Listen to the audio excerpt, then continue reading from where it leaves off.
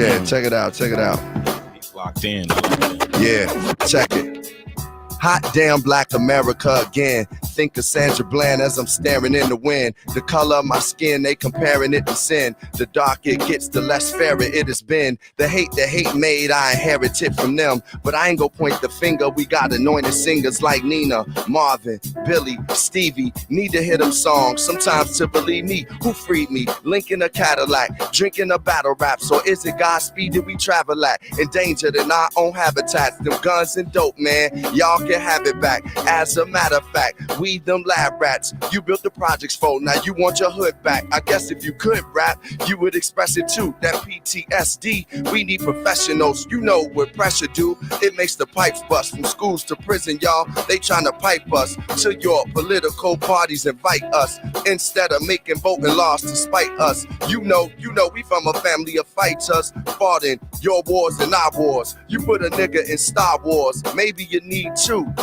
And then maybe then we'll believe you. See black people in the future. We wasn't shipped here to rob and shoot ya. We hold these truths to be self-evident. All men and women are created equal, including black Americans. Yeah, that's black America again. I'm gonna do another verse for me. Check it out. On the same thing. Check it out. Keep that beat roll. Yo, we go. Here we go. Here we go again. Trayvon will never get to be an older man. Black children, they childhood stole from them. Robbed of our names and our language. Stole again. Who stole the soul from black folk? Same man that stole the land from cheap black smoke and made the whip crackle on our back slow. Made us go through the back door and raffle black bodies on the slave blocks. Now we slave to the blocks, cause on them we spray shots. Leaving our own to lay in a box. Black mother stomach staying or not. We kill each other more than the cops. I wish the hating would stop. We are at war and a battle with us. I know that black lives matter. Do they matter to us? These are the things we gotta discuss. The new plantation, mass incarceration. Instead of educate, they rather convict the kids. As dirty as the water in Flint the system is. Is it a felony or a misdemeanor? Maria Sharapova making more than Serena. It took Viola Davis to say this. The roles of the help and the gangsters is really all they gave us. We need Avas, Ta-Nehisi's, and Cory Bookers. The salt of the earth to get us off of sugar and greasy foods. I don't believe the news or radio stereotypes we refuse. Brainwashed in the cycle to spin. We write our own story, Black America again. Oh.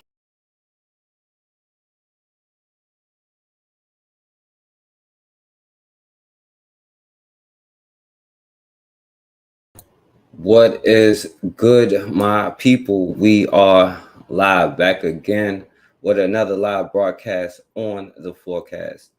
Shouts out to Consider in the building, Raw in the building. Peace to y'all. I appreciate y'all for coming through. I appreciate all the support. And yeah, it does hurt. That's why I'm like, it's okay to say that you're mad. You should be. Like, this is just like a tip of the iceberg. I studied everything and I can't even imagine some of the stuff that they've done to us. And I've seen some stuff I didn't imagine, and they have done it, and I've seen it. Well, not firsthand, but I trust the word of what my ancestors say. This story coming from black people, right? So at some point we gotta learn not to trust them, And shouts out to Raw, are them ready to do what they got to do, and what we should have done a long, long time ago, right? And that's the point of learning the history, the true history of what we're talking about. And my bad for not keeping up with it, and it's not on the right day. So I want to say my bad for that. But a lot of stuff been going on, but we still gonna get through the end of it. You know what I'm saying? And even on myself, the part I'm working on, I'm still at the Watts Riot in 1965. So this is like 1804 here. You know what I'm saying? So, and this is what we got to understand. This is just like the 1804. Like Haiti is still free and all this stuff. Well, what we're talking about is happening right now. They ain't even have to pay French yet. So like, I'm gonna do this right. If y'all want to come on here and say something, I definitely encourage you. I want y'all to say something, but I want to kind of get through it, so I don't want to be on here too long. And it's like not a bunch of other stuff, but one other thing I want to show you in addition. And I could be quick through this because y'all was there watching it. So, I just wanted to show you some interesting things that I saw just doing the research just on this particular time. You know what I'm saying? And I will say this, you know, my video, my computer is probably gonna mess up. I need a new one. So hopefully we can get through this and we don't be tripping, but my computer is probably gonna freeze up sometimes. So all right, let me go through this.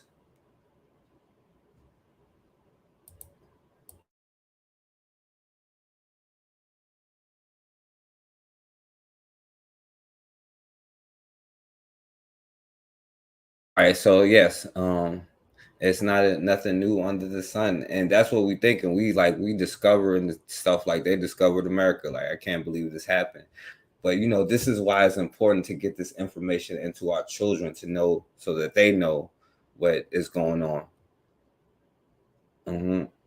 This didn't happen that long ago. In fact, it's we living the not only the after effects, we still living in a system that is still trying to upgrade and update itself. You know what I'm saying? It's like Skynet has went live a long time ago. You know what I'm saying? So like that's what we gotta realize, you know. And that's why I was talking about with this buck breaking stuff, and then the emasculation of black men. You know what I'm saying? The degrading a black man, teaching another black man to beat another black man so that you won't get hurt, right? Teaching black men to look down and keep their eye, or the same thing is going to happen to you in word.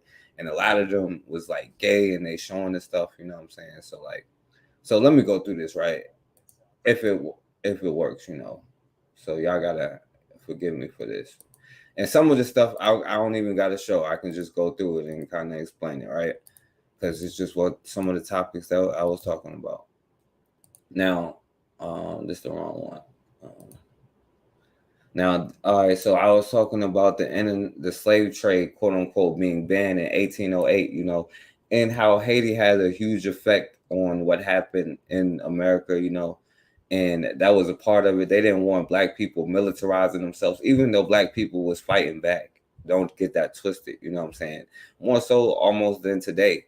Right, and we'll see some brothers who did some good things now, but I just use this brother here, but he don't even talk about nothing, right? Because I wanted to show him, and you know, a lot of white dudes like love him, you know what I'm saying? Because you know, he's just that one that tells half truth, like he's just talking all over the place, you know what I'm saying?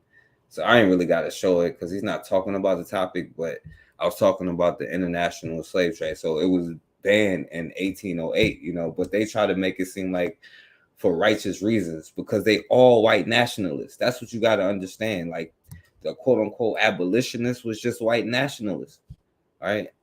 Like I said, you know, most of them was like, yo, we want this to be a white nation, you know what I'm saying? They might do what they did to Haiti, you know what I'm saying, with them dummies in France. And then France ready to take them over until, you know what I'm saying, that they lost, right? So y'all be speaking French today if Haiti hadn't won. You know, we haven't forgotten. So I ain't got to play this dude saying nothing here. And this is a sister. I meant to take this off because I can skip this one. It was just a sister listening to him and thinking he's right when he's talking about, oh yeah, well, slavery. Well, Negroes did it to themselves, you know what I'm saying? Africans sold Africans and all this other nonsense, you know. And see, I wanted to play a little bit of this because I just wanted to show you the hypocrisy and what buck breaking like gets you. Maybe he's scamming them people, you know what I'm saying? But there's a lot of him when you look up this subject when you're talking about why was the slave trade banned. So he's trying to make it seem like, you know, well, everybody did everything to everybody. So, you know, the white people wasn't too bad, you know what I'm saying? Even though whatever. But yeah, I don't even know if it's gonna play or not. Let me see. There before. To that extent, I think that, well, to colonialism, imperialism, Now, there's a lot of crazy people that love this dude. Oh yeah, this is why I had this video up, because I was in the comments trolling them, you know what I'm saying? And I meant to show you the comments because he is that black friend that they have, you know what I'm saying? And maybe I shouldn't keep going skipping through because it's probably gonna mess up, but he is that black friend. And I was like trolling them in the comments. Maybe I shouldn't even have done that, you know. So that yeah, Thomas Sowell is an American treasure, you know what I'm saying? the myth that black people stick together is being broken. Almost all races and ethnicities have been oppressed. Thanks for discovering Thomas Sowell. You know what I'm saying? I said something to this one. It's like, it's so upsetting that this intellectual has been hidden from the black community. He lived through civil rights movement, you know what I'm saying? But I said, I ain't even gonna go on it, but I said on to this person, it ain't that he was hit. He was the one that was doing the hiding, because if you think about it, he ain't never debate nobody of note, because he knows what he's doing, right? He's telling half truths. He's like, he may be scamming them, you know what I'm saying? But I don't think he's bringing it back to he's the kook. He may be the spook that sat by the door, but if you don't, he's just the spook that sat by the door, because I don't see him bringing it back, Exploitation, Yes. economic exploitation. How do you handle those arguments? Well, insofar as those arguments are meant seriously, you can simply look at evidence. Insofar as they're purely political arguments, they're saying what people want to hear.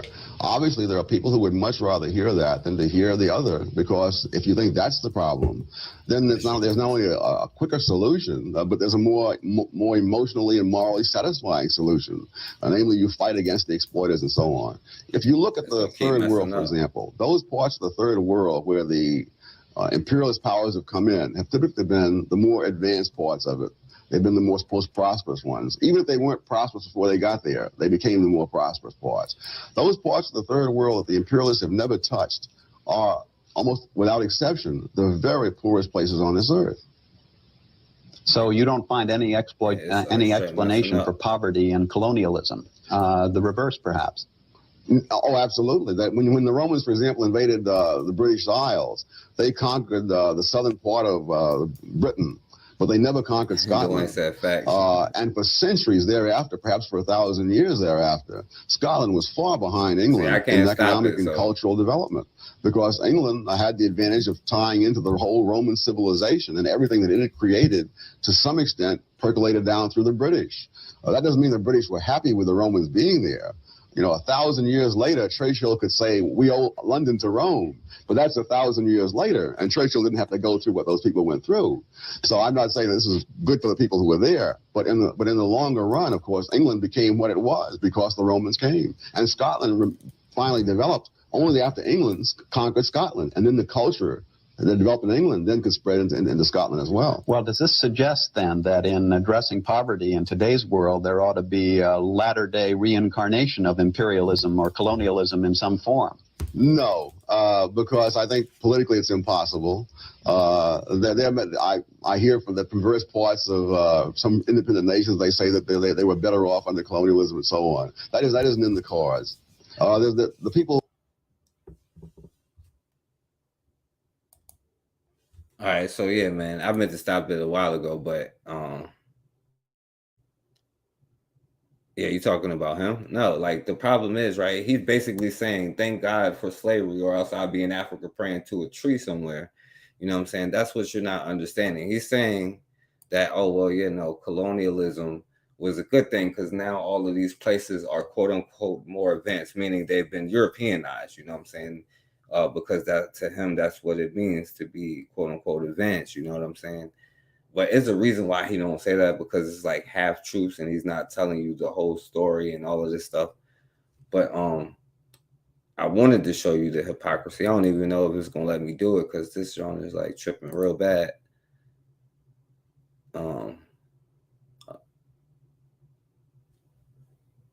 Yeah.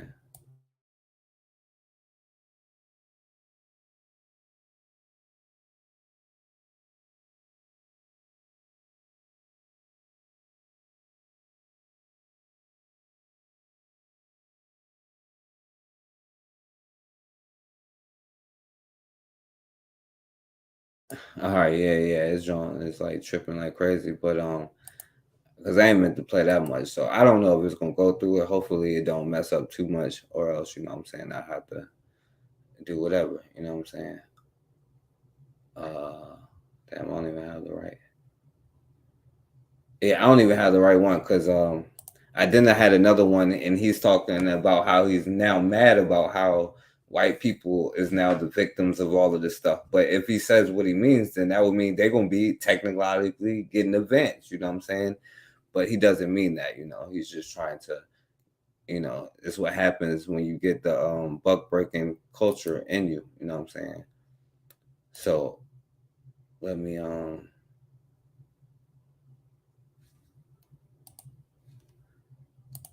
right, so let me go through this real quick.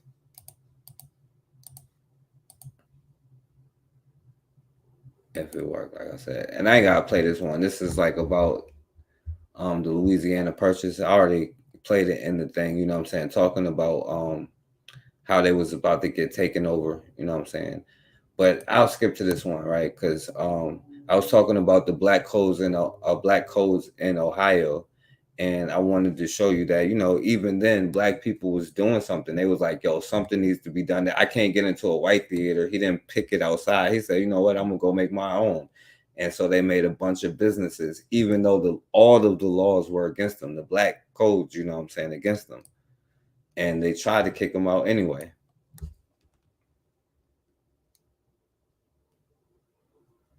History. Reporter Brad Johansson introduces us to the people who helped build that community. When an African American migrated to Ohio, Ohio was a free state. It was a free opportunity for African Americans. And there were three men that took that opportunity and ran with it, starting with David Jenkins, who came to Columbus from Virginia. He worked under the Underground Railroad. He owned a newspaper. He established schools. He was a part of the politics of Columbus. His civil rights paper, Palladium of Liberty, was established in 1843 as part of his national efforts to bring slaves to freedom. It is one of the communities that was in the 1940s that was established as the first project in the nation. That project, you see that, the first low rent housing project in the nation, and not just Ohio. And it was a brother who created it for black people, right? Because he knew that his people was not getting housing. So what did he do? Found a way to make his own, you know what I'm saying? And it was like a federally agent. So I don't know what he did, but the point is, you know, black people, no matter the time, they made businesses, you know what I'm saying? Because this was just this brother. That was established as the first project in the nation. That project, named after James Poindexter, has now become a small museum in the area honoring the man who owned a barber shop at 61 High Street, planted and pastored what still exists as the Second Baptist Church. If you want to know anything about Columbus, Ohio history, this church has it all. And Poindexter became the first African-American on the Columbus School Board, then passing the torch to James Albert Jackson. He helped establish Bronzeville. Jackson was a builder, a seed shop owner, then a grocer. So his idea was, we need something of our own. And he helped do it. When blacks were being charged extra to go to the theater and sit only in the balcony, Jackson built his own, the Empress and then the Lincoln, that once featured a 4-year-old Sammy Davis Jr. and now flourishes again in 2021. Now, I know some people are going to be like, it is what it is. But the point is, right, you heard it, they know that they needed something of their own. So they went out and built it themselves. And this was in the 1840s, right? Like the Coons ain't safe today, but they really won't safe in 1840 or, whatever time. And this was Ohio, a place where that was supposed to be, but I wanted to show you like what happened to most black people, right? Most of them just left and made other communities and other places, you know what I'm saying? So I ain't gonna play too much of this because I just wanted to play a little bit. Replied to an agreement with the Canada Company. The families from the original group made it to the tract of land outside of London. The new colony was publicized at the first ever. As the colony grew, so did interest in the project from other Northern American cities. The new colony was publicized at the first ever Convention of People of Color in 1830. Settlers came from Boston, New York, Baltimore, and other cities. And they was just talking about black people and mulattoes at that time, but we probably would have invited other people to the cookout then too. They created a board of managers to oversee the financial concerns of the growing colony. These abolitionists wanted to prove to white American society that freed black slaves would not become lazy and degenerate with new abolitionist settlers.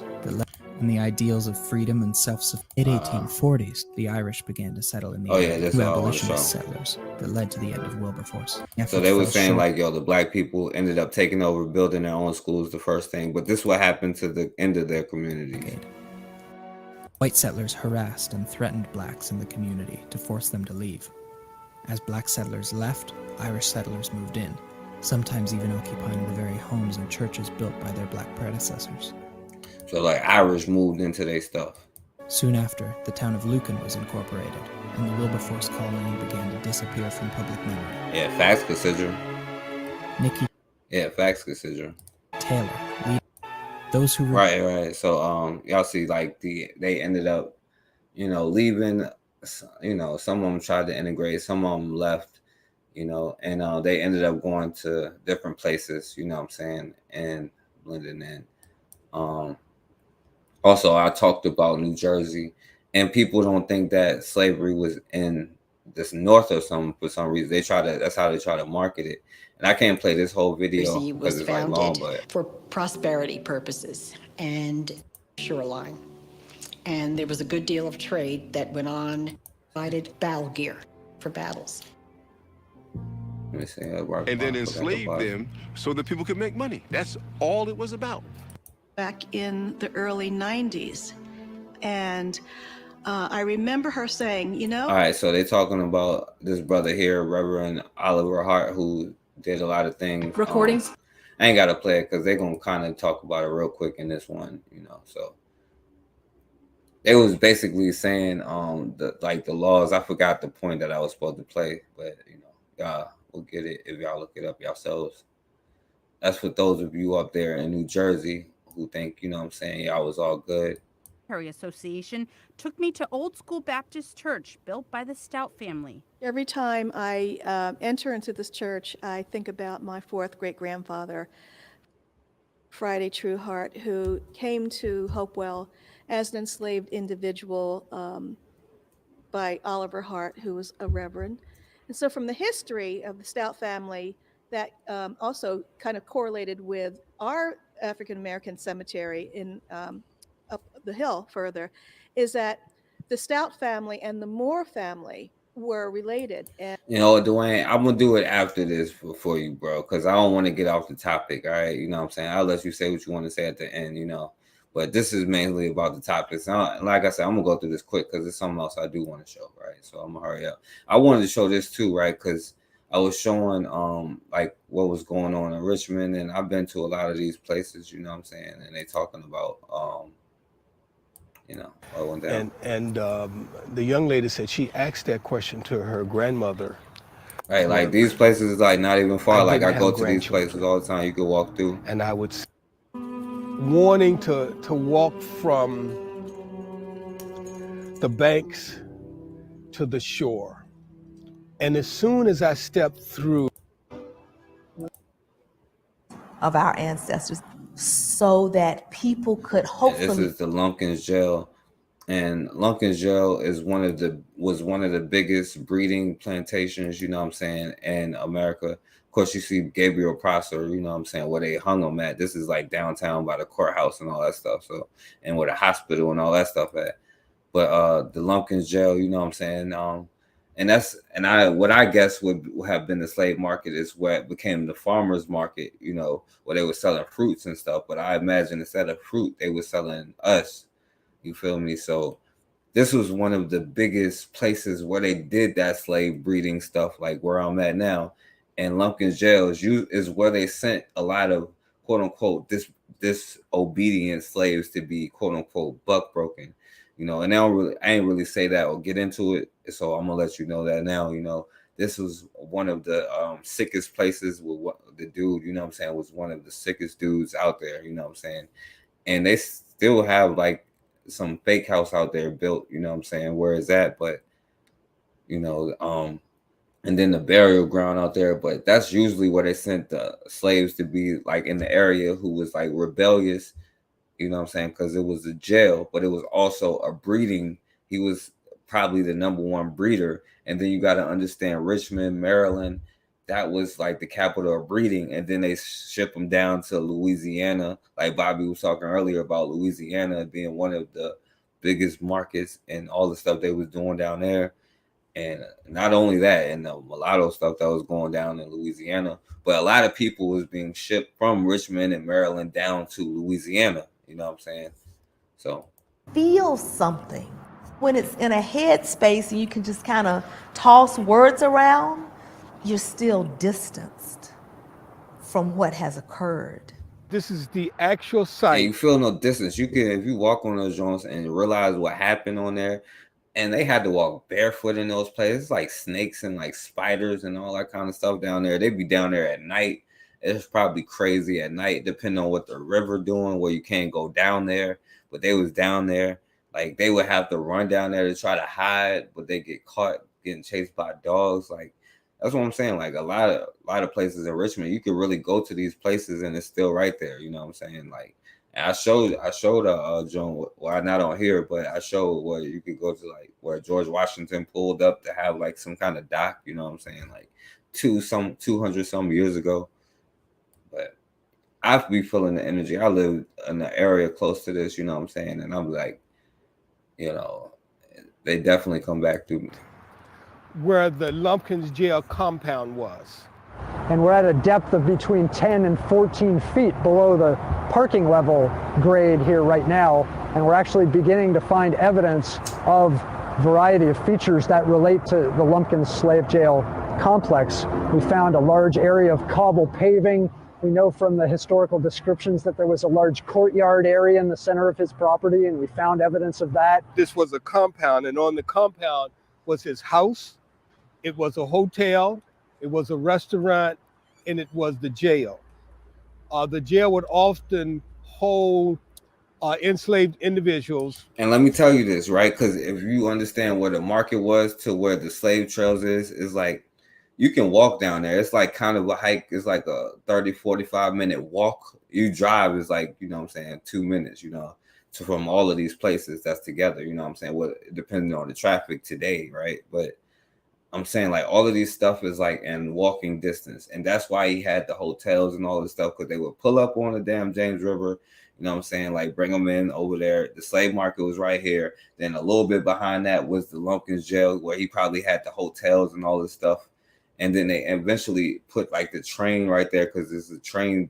The train is right there, and the bus place station, still all that stuff right there in that whole area.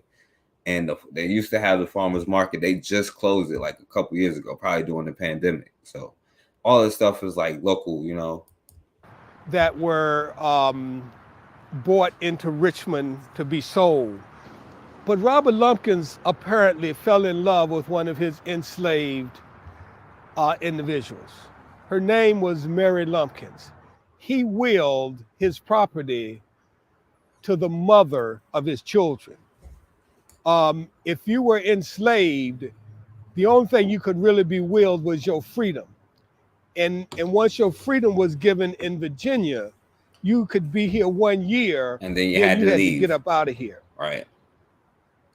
And see, I told you on Virginia passed legislation where they was like, we could give land to them in this new territory, because like Louisiana wasn't just Louisiana, it was like all the way up. It was like a huge piece of land, like pretty much double it. It was like several states. I can't remember exactly which ones, but Louisiana wasn't the Louisiana of today.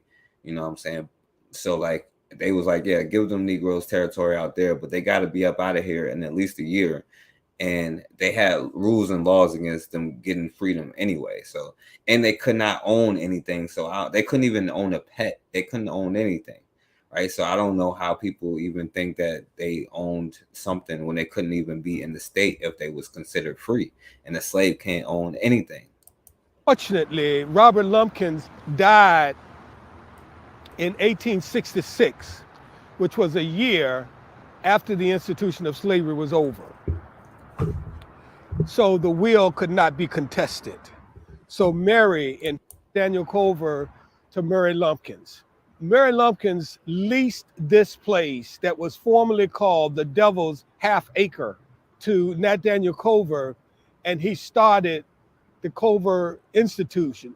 A couple years later, you see that, and then when black people got it, they made it an institution. Right, by the 1890s, this place, this is Virginia Union right here, you know what I'm saying? But they tried to build something for themselves, whatever that they did get. She took this land that was known as the worst place, you know what I'm saying? And when she got it, she tried to do something to help people, you know what I'm saying? But she couldn't do it until after the quote unquote slavery was over, quote unquote, right? Because we know that it wasn't. That institution merged, but they formed what we know as Virginia Union University. This is where Virginia Union got its start.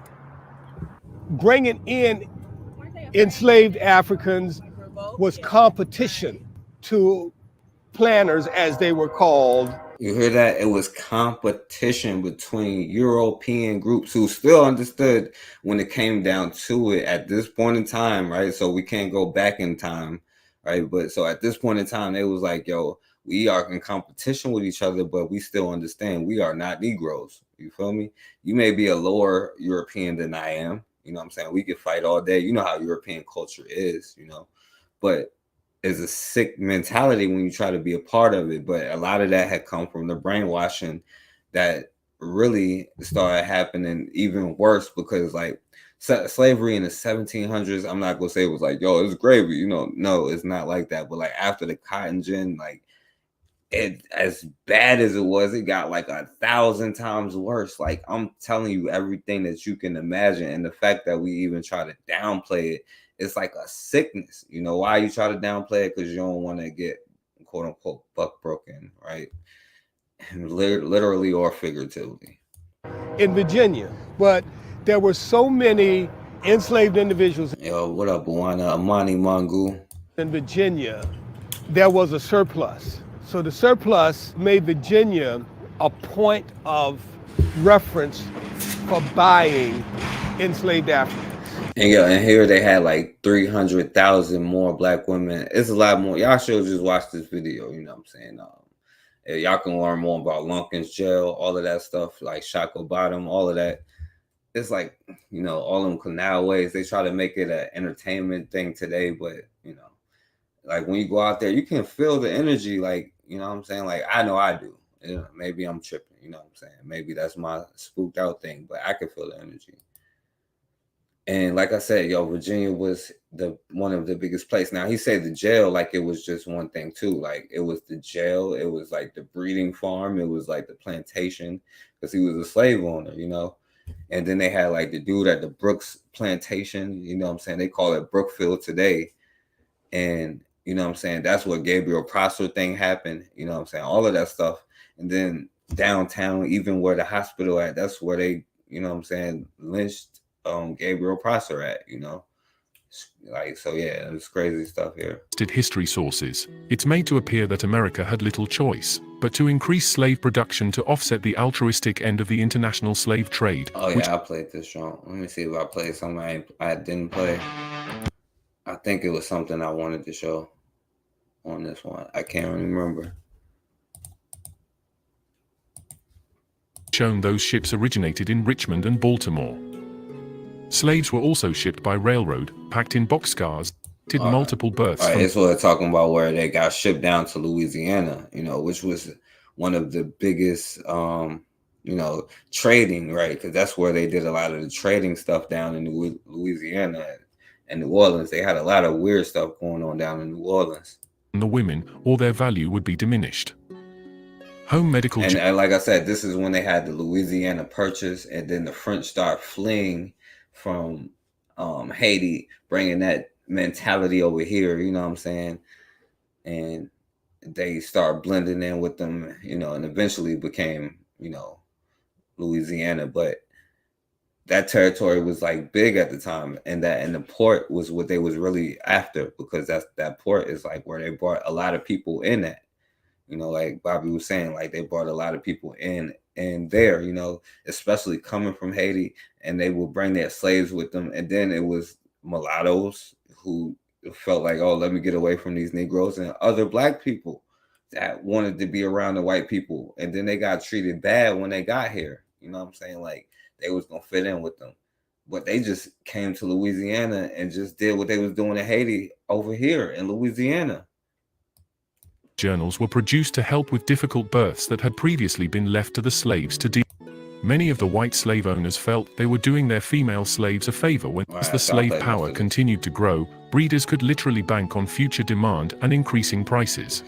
All right, and that's another thing, right? Because I don't have this, but I did show it. Like a lot of the presidents that was, and you know, if you look up now, a lot of the people in Congress and the people in power positions come from the slave stuff, because a lot of them was in debt, and they would, you know, use the slaves as like collateral.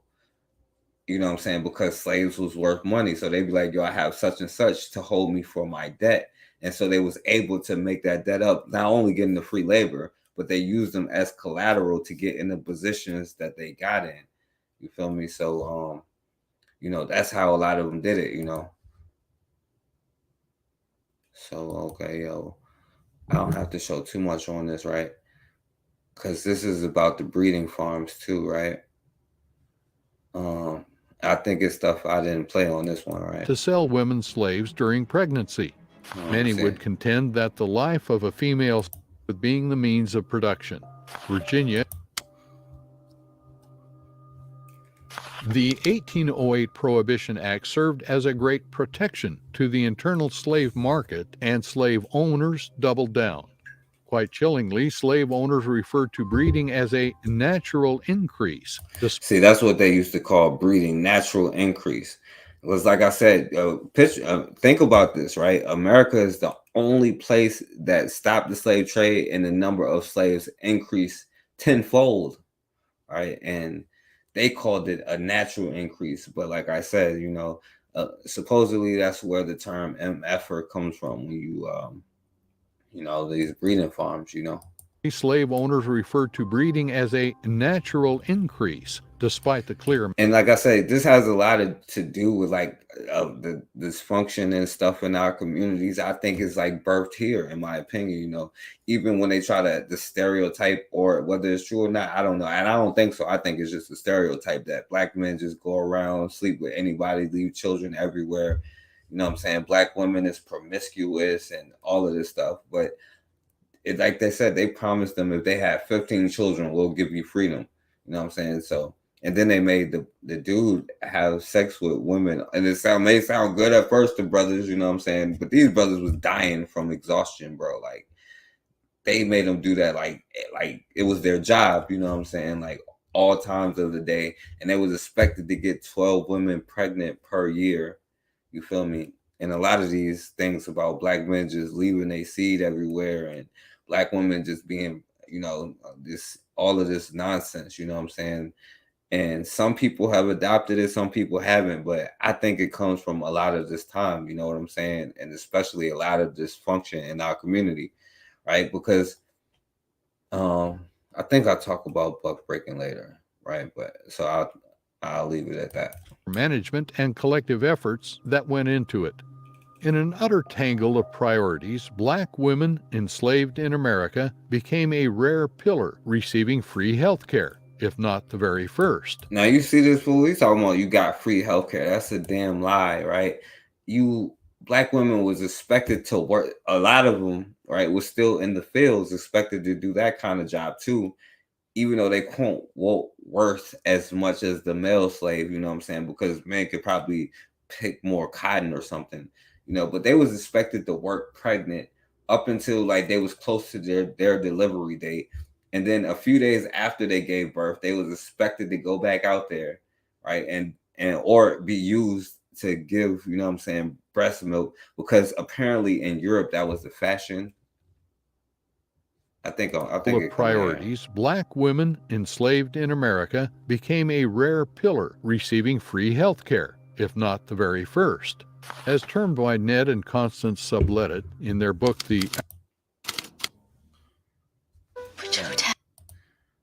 Yeah, because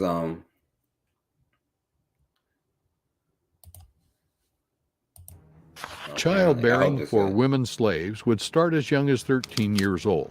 It's more than possible that 4 to 5. You know, it's usually like 11 or 12, right? Or whenever they deem to have reached puberty, right? It depends on whatever. But you know what they was doing with children. They did it with little boys. They molested little boys. You feel me?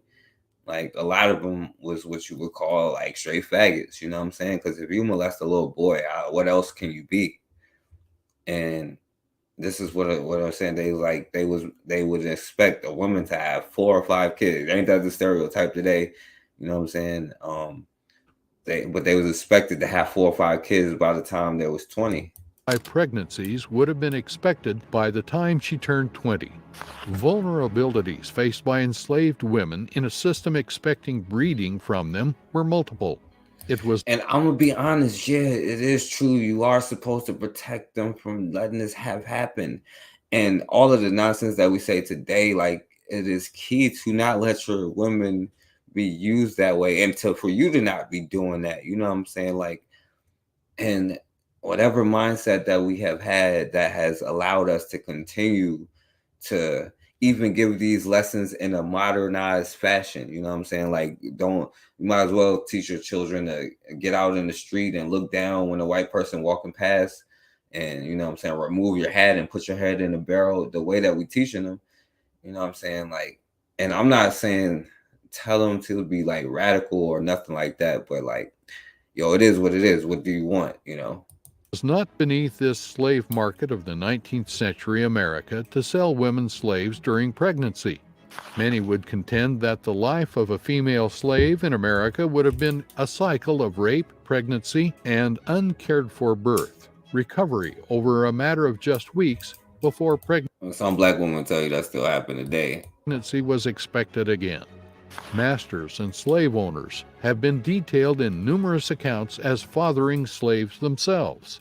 With no rights and a legal blockage to any form of personhood, this system forcing children out of women can only constitute rape. Breeding farms held the inequality of white owners being legally protected while their black counterparts slavery. With people regarded as chattel, the conditions of their breeding mirrored that of animals.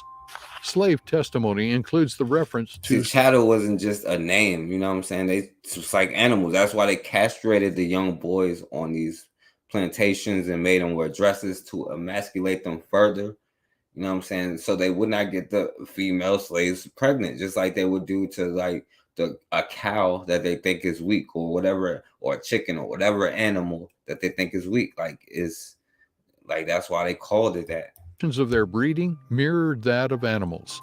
Slave testimony includes the reference to stockmen. Stockmen were male slaves brought to farms to impregnate female slaves of their given owners.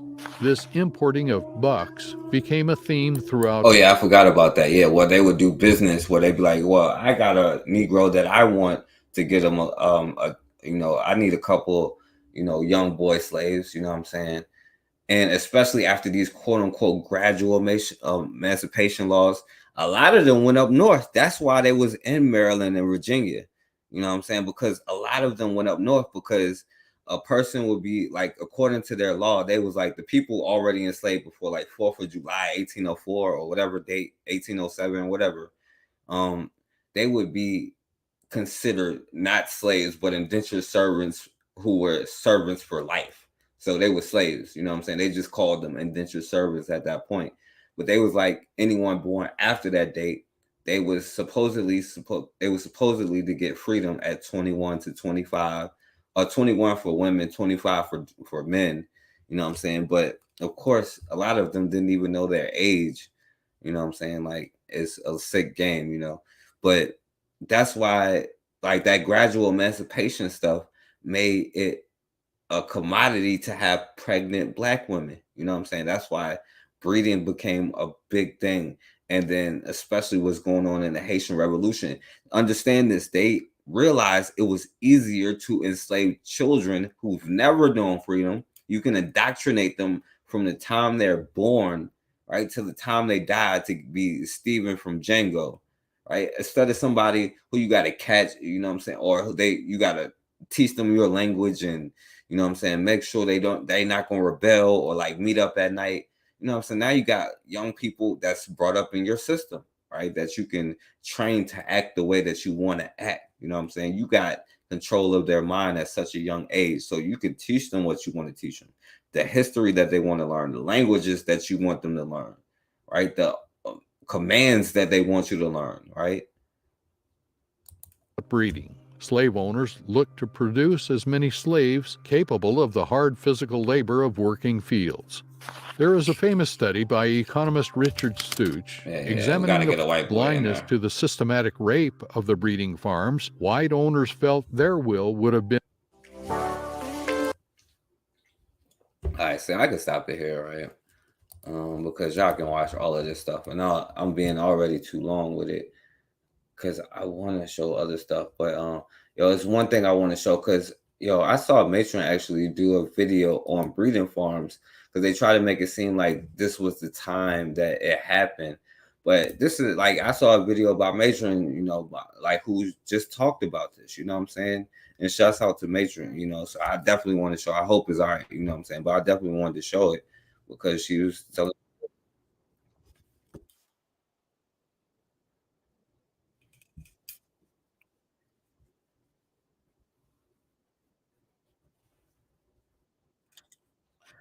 Oh, my bad. I'm not even showing it.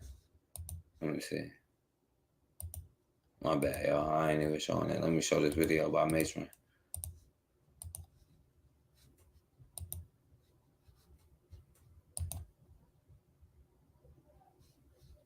Breeding farms are older than the United States.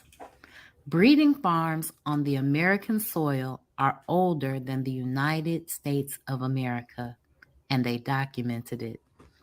In 1752, in a book written about the Havana, they documented that the custom here in Cuba, Havana, unlike that of the foreign colonies in America, is not to employ both sexes in the haciendas in order to repair by procreation the losses which occur.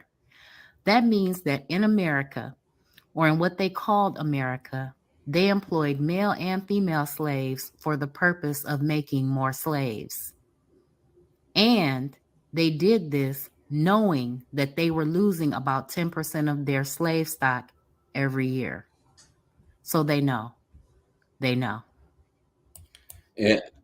Right. So, and like she said, right, that has been around longer than this, and it became popular during this quote unquote ban, and they were seeing this revolution. Then you get Gabriel Prosser and all these brothers, because there was a lot more that's not documented, you know what I'm saying?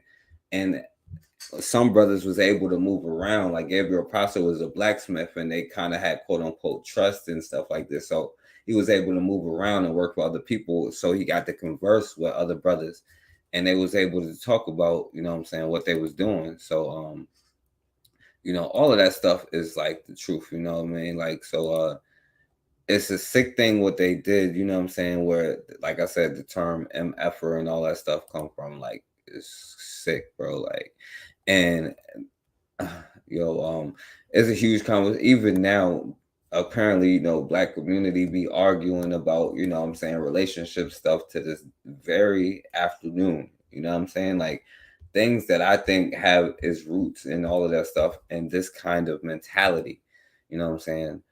I don't think this was a mentality that we had before then. Like I said, maybe we had arguments and stuff like that. Maybe we had arguments for millions of years, right?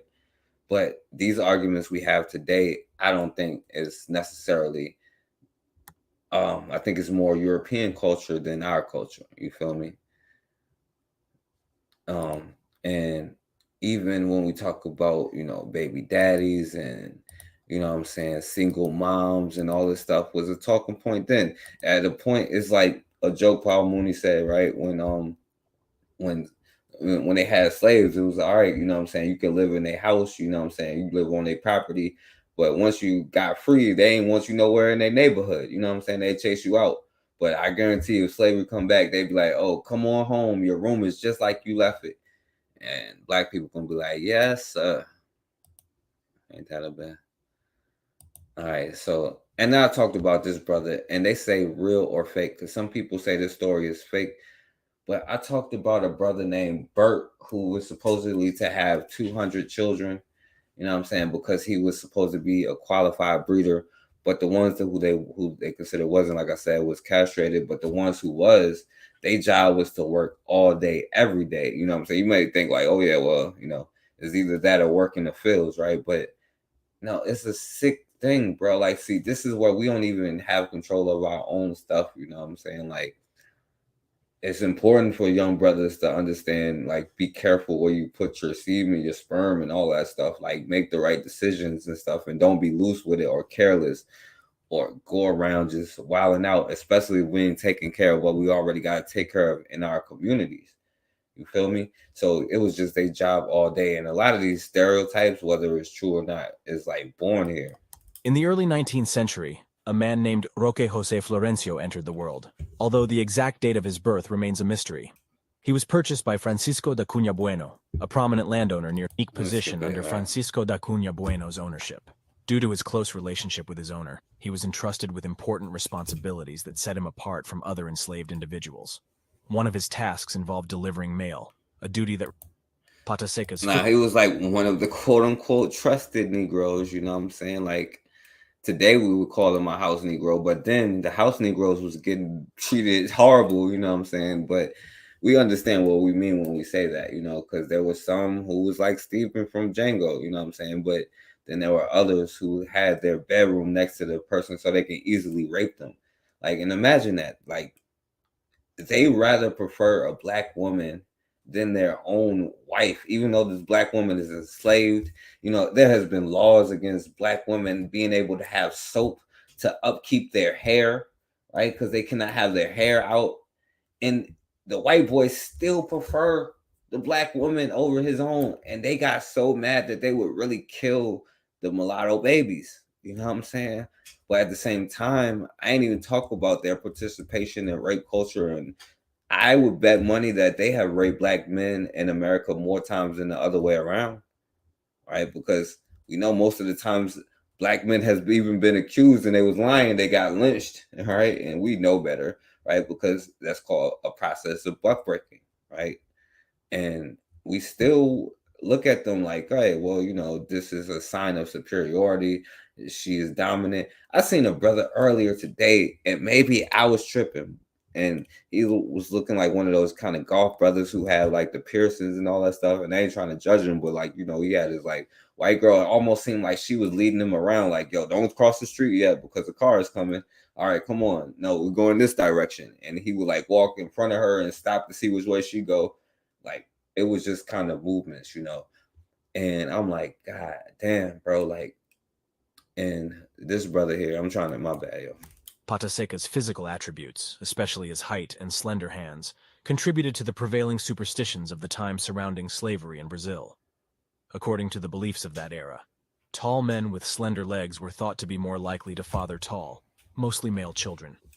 Exploiting this myth. You see this, like, the athlete stuff of today. Today, they will be our athletes, you know what I'm saying, if they ain't in jail, right? You know what I'm saying? And that's not a diss to them. That's just the way the system works. You know what I'm saying? Like, you either be an athlete or you're a danger to society, right? A 12-year-old look like a grown man, right?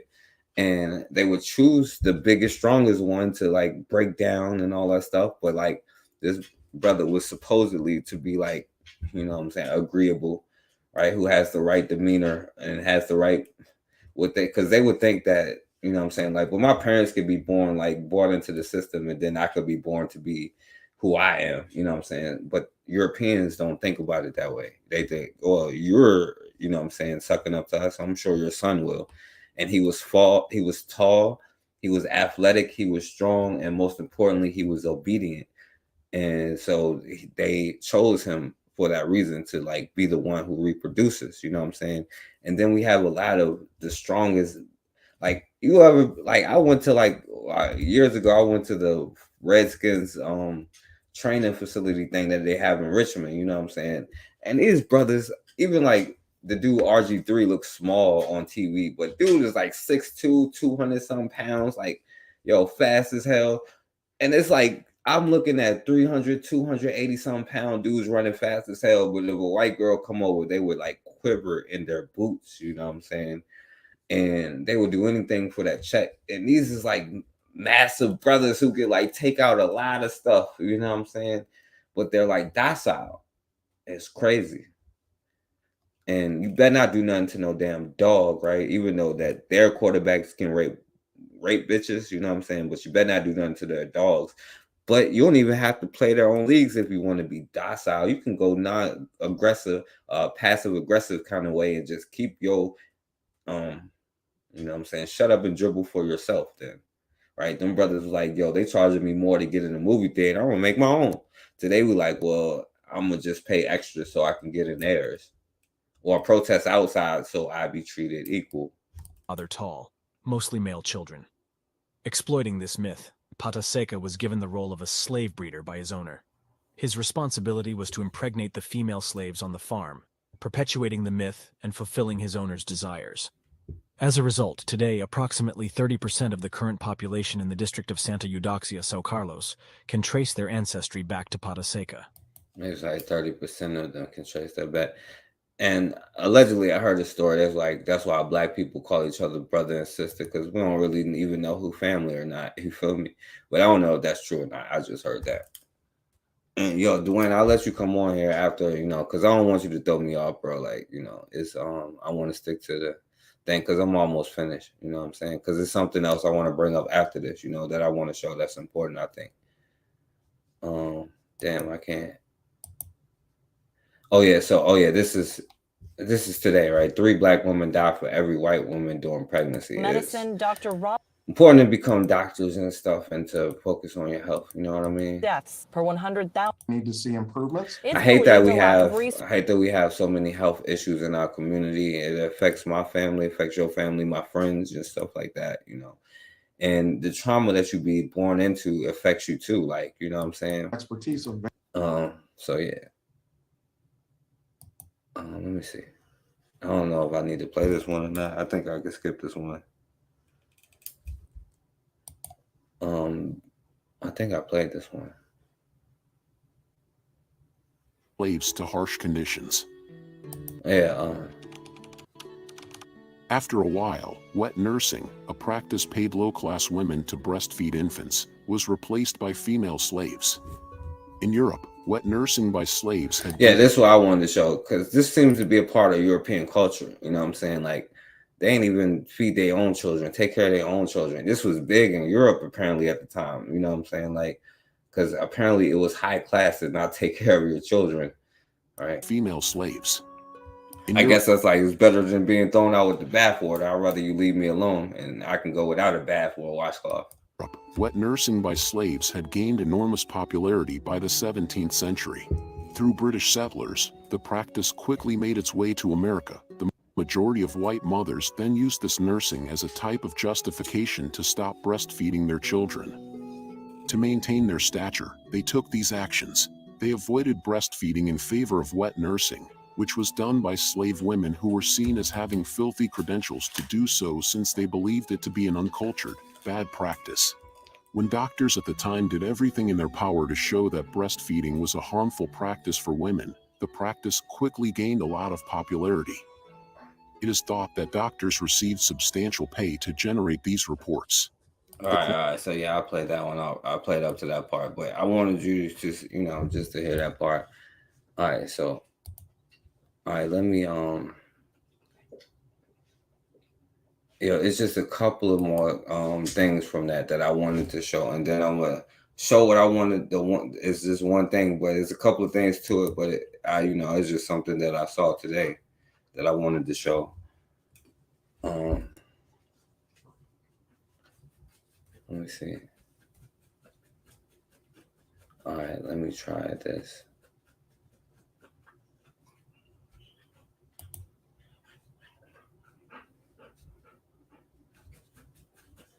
All right. Well, it might mess up, but I'm gonna go ahead anyway. Let me play this. Yeah, I knew it was gonna mess up. All right, hold on.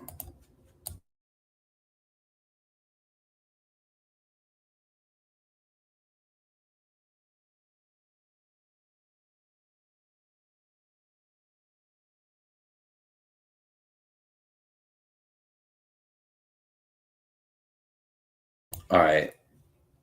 So let me yeah,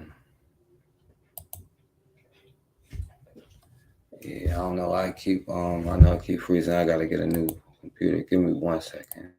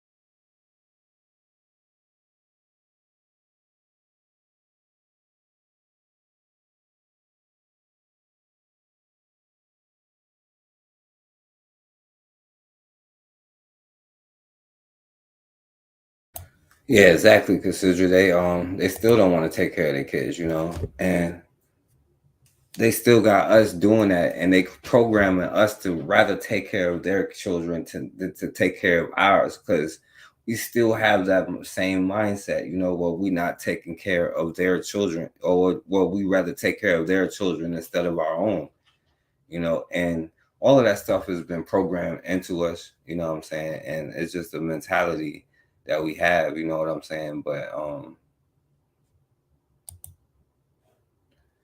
yeah, it's just a sick mentality that we got to get over, you know what I'm saying? And but yeah, I'm trying to show this other thing, but it's not even like pulling up at this point. I don't know. Let me see if I can get it right. 1 second, yo.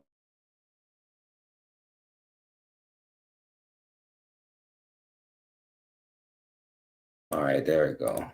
All right, my bad. All right, so I'm just gonna show this last part, And all right, so this is kind of the same thing, talking about wet nursing, and he was kind of talking about how they do the prices of Black women and stuff like that. But I'm gonna skip that. I'm gonna let this part play, And this brother talking about buck breaking. We was just talking about this with like Kyrie Irving and all these other brothers today. You know what I'm saying? They get buck broken real easy.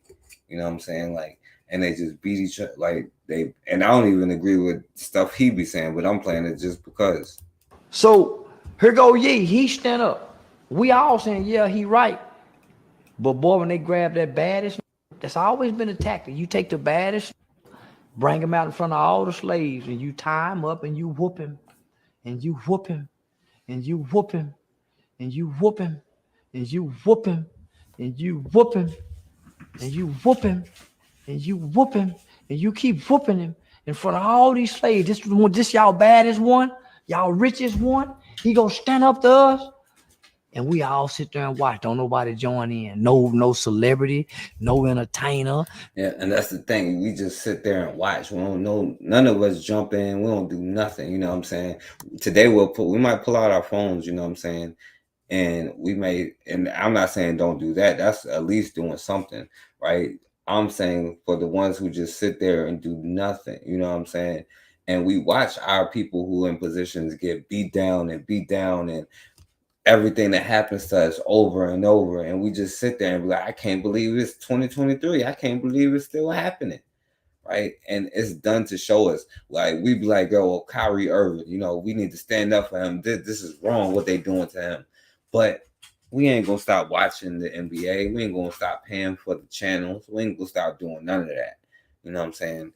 We gonna continue to give our dollars and all of that. Our mentality is like messed up. And then also, yeah, I ain't even got it, but the part with us wearing the damn dresses, you know what I'm saying? Like, we know how that goes. Like, they be telling Black men that they gotta wear dresses and do crazy stuff to get into circle. Like, it happens, you know what I'm saying? And to make it big, you gotta be a female character. You gotta play Wanda or Shanae or something like that. You know what I'm saying? And we understand how they do that, and we watch them do that. And the minute that we step out of line, they're gonna make an example out of him in front of all of us. You know why? So we don't do the same thing. Nobody in the NBA gonna tweet out no damn links no more. You know what I'm saying? They might do other things, but they ain't gonna tweet out no damn link, especially about no shysters. I can tell you right now because they saw what happened, right? And they let him off easy, right? They just made him go to a museum, donate money, apologize like 6 times, take a course, you know, go to Jerusalem, you know, take Shahada, you know, do all of these things, and then they let him off the hook, right? They let him off easy. You might not be so easy next time, N-word. Now, shut up and dribble. So as you heard him say, the system, white supremacy, I guess that's what he was alluding. Oh, yeah, okay, yeah, my bad. I ain't want to play. Gabriel served as overseers at Monticello and other places. After Yeah, a good while, old they just TJ break them here. down. The person that Jefferson values most as an overseer was a white man named Gabriel Lilly. We have many indications of Lilly's behavior at Monticello, as he was a violent man. There's one story in particular where he beats a young enslaved man who's so ill that he could not rise from bed, and Lilly beats him about the head to force him. And good old TJ was an abolitionist. This was Ben Franklin was they was the first, they was the original white nationalists. They all had slaves, you know what I'm saying? But they was talking about, well, these Negroes might uprise against us and we need to kick them out of here because this is a white nation, right? They was white nationalists. From bed, and Lilly beats him about the head to force him to work. That results in the young man running away from Monticello. People come to Monticello. Yep, exactly, because they would gun your child down in the street. We just sit there and watch and do nothing, you know? And I'm saying, like, I'm not saying one person can do something, but that's the point, you know? Because we know what happened. You've been buck broken, you know what I'm saying?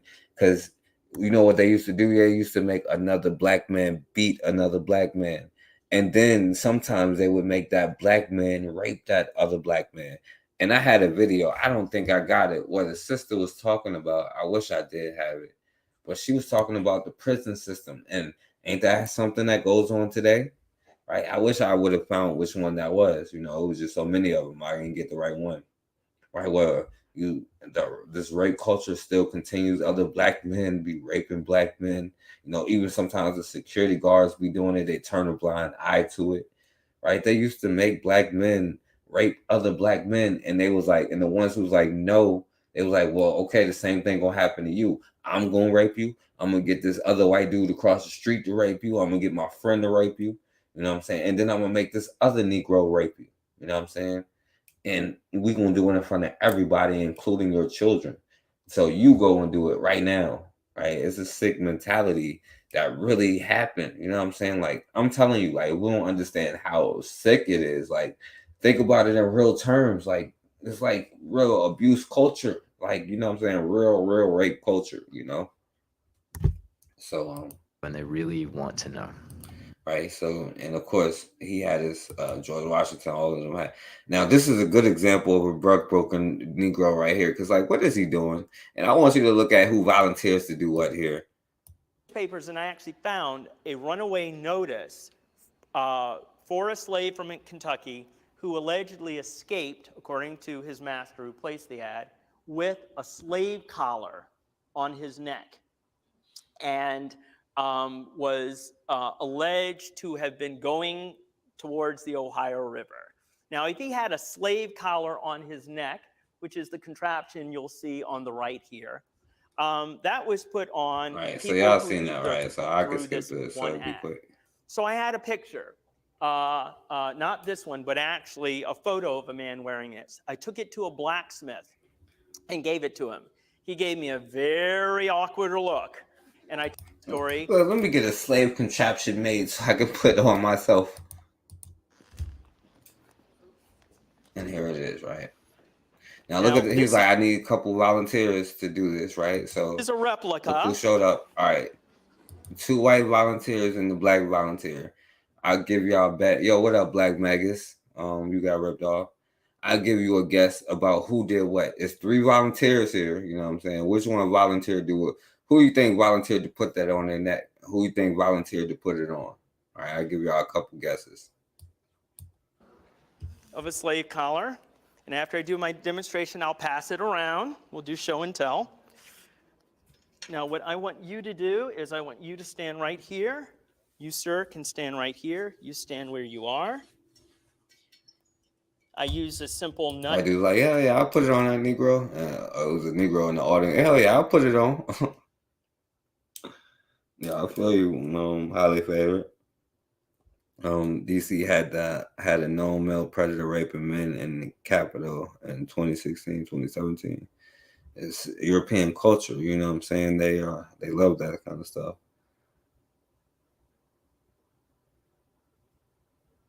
The Louisiana State Penitentiary from 1900 to 1975, the only armed personnel were inmate guards called khaki backs. They carried out homosexual slave trade in prison. It's disgusting, like it was European culture. It's nothing new, bro. It's like, and you wonder why I'd be like, yo, it's okay for you to be like angry and stuff like that, and to be like, instead of protesting outside, be like, yo, forget them. Let me make my own movie theater. If it's a movie theater, that brother made a movie theater. Like, forget it. You know what I'm saying? Like, I can at least respect that. You know what I'm saying? They was like, but first thing every black community did was make their own schools, right? They made their own school system. Every black community that got built. See, we think that all these black communities didn't get built, but like after everything, like in Ohio, even though they had the black codes trying to keep black people out, the black people that came in, the first thing that they did was build their own school system because they was banned from quote unquote public education, which was relatively new. They didn't really have public education till the 1840s. And I give y'all a guess at when they had the first school shooting, right? It's like the 1860s. And bolt to keep this closed.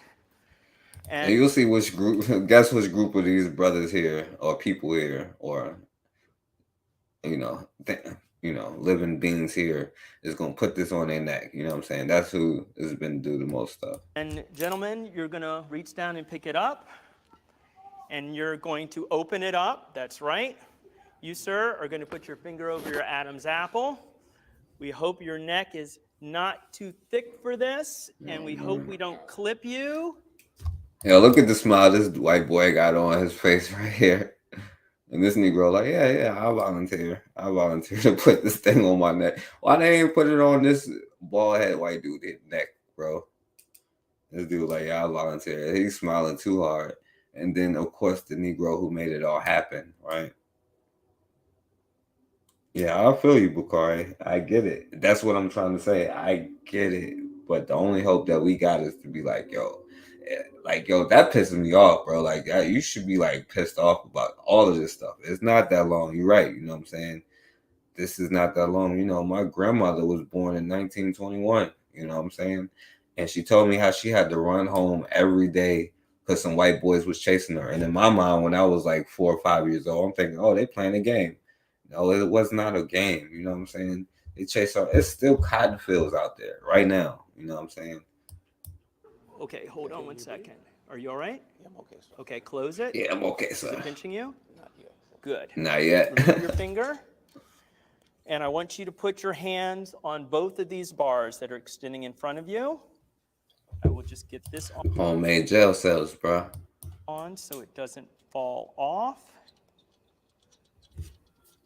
To date, this has never gotten stuck on anyone, so we will hope.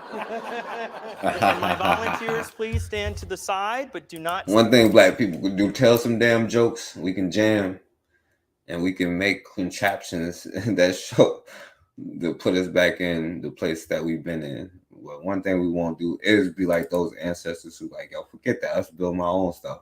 Now, today I'm going to pick it outside the theater and be like, yo, let me in to see this movie about, you know what I'm saying, or this black man is killing a black woman or being a pimp, and a black woman is being a hoe or whatever. You know what I'm saying? Let me in for free or equal price. Sit down. Okay. So I'm going to tell the rest of the story. Are you okay? Great. This was put. Ask him that 200 years ago. Are you okay? Hell no. What are you doing? Great. This was put on a person to keep them from getting into the woods. If you traveled with this, first of all, you'd stick out like a sore thumb. people would know you did something wrong. You could not lay down or sleep with this. But in my mind, I had it all figured out. I had seen in the woods at times where trees had fallen and were leaning up against other trees at an angle. I figured I'd wear it, straddle the tree, and get a good night's sleep. I figured... No, we ain't laughing at the man. The problem is I'm crying. I'm crying for it. Why does brother put this on his neck? You know what I'm saying? Why he didn't put it on this white boy neck? You know what I'm saying? What's going on here? You know what I'm saying? Why does dude even get it made? You know what I'm saying? Use your money to give to a sister trying to start a school or a program or something, bro. Like, forget that. Like, you can teach about it and all that, but like, and notice the audience, because you know we got to teach those white folks what they have done, and then maybe they will recognize, and then maybe they would love us as they would recognize our human stuff. So we got to just show them the truth, you know. That if I came face to face with any danger, I could just simply take one of the prongs and, you know, fight off the wild animal or whatnot. Has good question. It's called buck breaking, and these farms where we've been trained to not do nothing and to willingly sacrifice. I'm not gonna let no good white man put this on his neck when I'm right here. I'm a perfectly good Negro. Or if I crossed a stream and I got wet, I could take off my clothes, put them on the prongs, and keep on running. So I had it all figured. It's funny though, right, Bukari? You see this white dude? Ah, ha, ha, ha, ha. I'll let you put it on your neck, Bukari. I don't know what y'all doing. You believe in educating them too. Keep on running. So I had it. And what we doing is critical race theory, you know what I'm saying? Like, yeah, why it ain't on the damn? That's the damn theory. Why it ain't on his neck? That's the critical theory, and it may have something to do with race. All figured out. I go, I pick it up. The man's assistants put it on my neck, and I instantly realized that I could not go on my journey wearing this thing. The reason being, if I tripped and fell, the prongs would hit the ground first, and my neck would break. That was my $150 history lesson. My other one was I paraded around in this for 20 minutes having pictures taken, and then was in bed for the next 3 days. For years, maybe. I probably would have had on my neck for like years. Just because I did, just for this broadcast right now. You know what I'm saying? Right. They will co-opt out. And now they're co-opting history and telling it their way. And in a couple of years, black people may even be saying, well, it was black people who enslaved white people, and we owe them reparations. I'm almost close. Days with a sore neck and shoulders. So we're going to take that off of you. But before we do, how do you feel? Very uncomfortable. You know, very uncomfortable. If you're saying this for 20 minutes, a half hour, you would be exhausted. Thank you. Oh man, I just wanted you to see his face. You know what I'm saying? Because what the hell? Like, this ain't. But the problem is, this is happening right now. Why is he putting it on his neck? Is the real question. You seen the smile this white boy right here had on his face. You know what I'm saying? I'm probably. I shouldn't even show this, but I'm gonna show it anyway, right? There's a couple songs I want to show. 1,000 for Platt. I ain't even gonna show this one.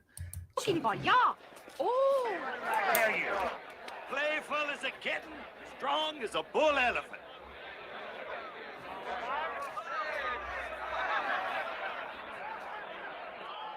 Good Lord, man. I don't buy the pig in the pole. Carry on like a man. If she buys him, he gonna find out tonight. She ain't no man. You mean that white lady plays you with that nigga? That's a German widow, and German ladies can never play. Yeah, German late. Yo, but this is not the one I wanted to show. Let me bring up the right one.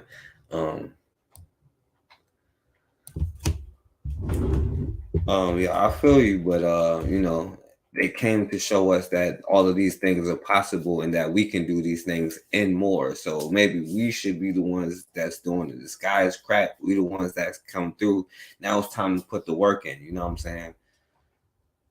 So that's all I want to, because I do want to show,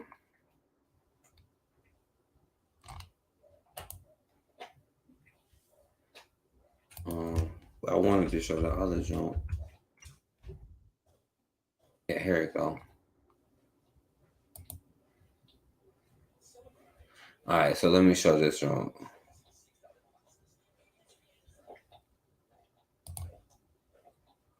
Oh, that's not the whole thing. My bad. Hold my bad. Let me yeah, here you go. Because this is what a lot of us be doing to each other, you know what I'm saying? And then I want to show one thing, and I'll let y'all come on if y'all want to come on here, but I ain't got that much time, you know what I'm saying?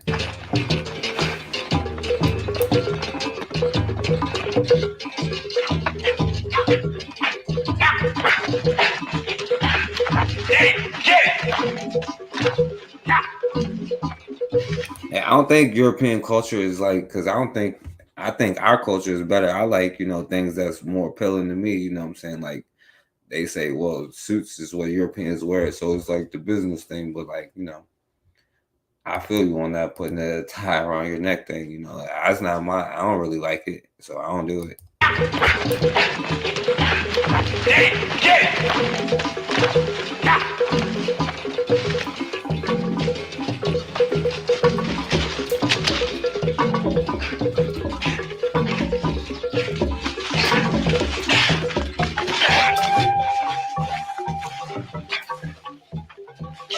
You don't want me for the Peckerwood. Peckerwood will kill me. Be like you killed me. You be putting that rope around my neck yourself. What you think you is, a hound dog? Peckerwood say go fetch, you fetch. You see me hang, you gonna know. You gonna know you kill a black brother.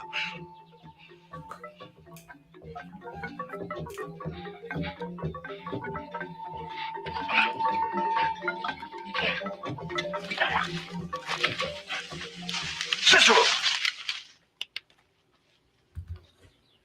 I'm gonna do this to another black man to get ahead. That's what you're gonna do?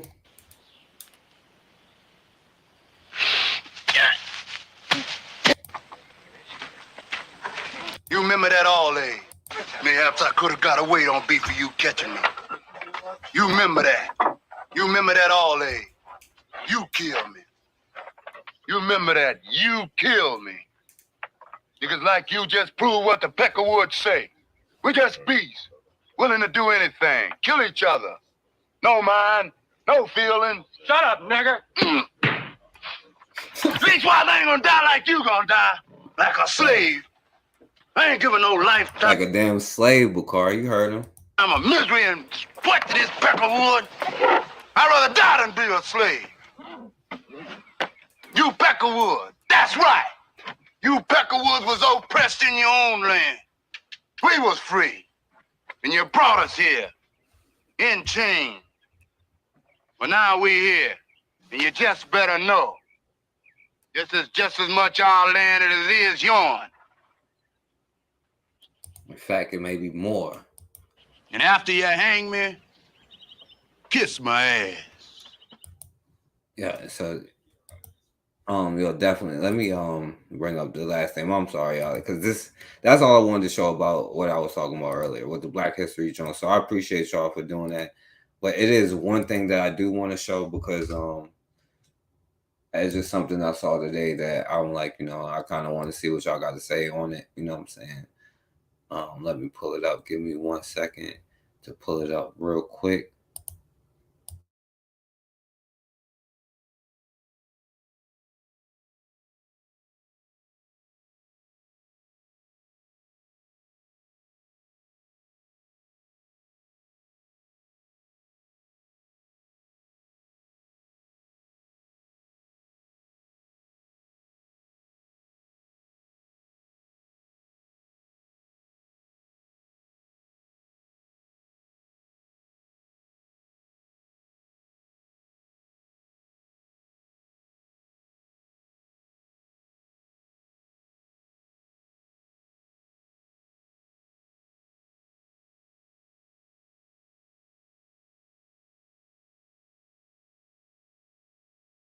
All right, my bad. Cause and I do want to show Bakari video, you know what I'm saying? Cause shouts out to Bakari for the last video he put up, you know, so I do want to show that.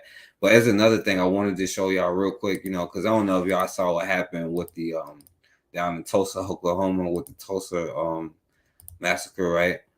Now, first and foremost, you know, this is this was the citizens talking On about. May 31st in 21, I went to bed in my family's home in Greenwood, neighbors of Tulsa. The neighborhood I felt asleep in that night was rich, not just in terms of wealth, but in culture, community, heritage, and my family had a beautiful home. We had great neighbors, and I had friends to play with. I felt safe. I had everything a child could need. I had a bright future ahead of me. All of that was gone. The night of the massacre, I was awakened by my family. My parents and 5 siblings were there. I was told we had to leave, and that was it. Now they had time to get out the house because it was black men who was armed who went down there. They made a barricade and they could not get through the barricade. That's why they ended up using airplanes and bombs and all that stuff, because they was actually couldn't beat them. They couldn't get through that barricade. Black men was ready to protect their communities, you know what I'm saying? But like, you know, they use bombs and all that stuff. But you know, it is what it is, you know. I will never forget the violence of the white mob when we left our home. I still see black men being shot, black bodies lying in the street. I still smell smoke and see fire. I still see black businesses being burned. I still hear airplanes flying overhead. I hear the screams. I have lived through the massacre every day. Our country may forget this history, but I cannot. All right. So speaking of good old CRT, right? So now this dude here, right? He was saying that the Tulsa race massacre, and this is the person who's in charge of making these decisions, and he's in a government position, right? And he's telling you that the Tulsa race massacre was not about race, right? Yes, sir. Thank you. How does the Tulsa race massacre not fall under your definition of CRT? Okay, thank you. I'm sorry, I didn't address that part. I would never tell a kid that because of your race, because of your color of your skin, or your gender, or anything like that, you are less of a person or are inherently racist. That doesn't mean you don't judge the actions of individuals. Oh, you can absolutely. Historically, you should. This was right. This was wrong. They did this for this reason. But to say it was inherent in because of their skin is where I say that is critical race theory. You're saying that a race defines a person. I reject that. So I would say you'd be judgmental of the. And it's ironic because he's doing what you would think a person of his quote unquote race would do, right? So it's ironic to say, right, that is not true while actually doing the thing that he's claiming to not be true. Judgmental of the issue, of the action, of the content, of the character of the individual, absolutely. But let's not tie it to the skin color and say that the skin color determined it. One more dollar. One person clapping. Does the Tulsa race massacre not fall under your definition of CRT? I answered it. That's my answer. Again, I feel like it. Tulsa race massacre was a race massacre. How does it not fall under CRT? I've answered your question. I do appreciate it. Very respectful, good question. 100 years of silence was about race. How does that not fall? How does that not fall?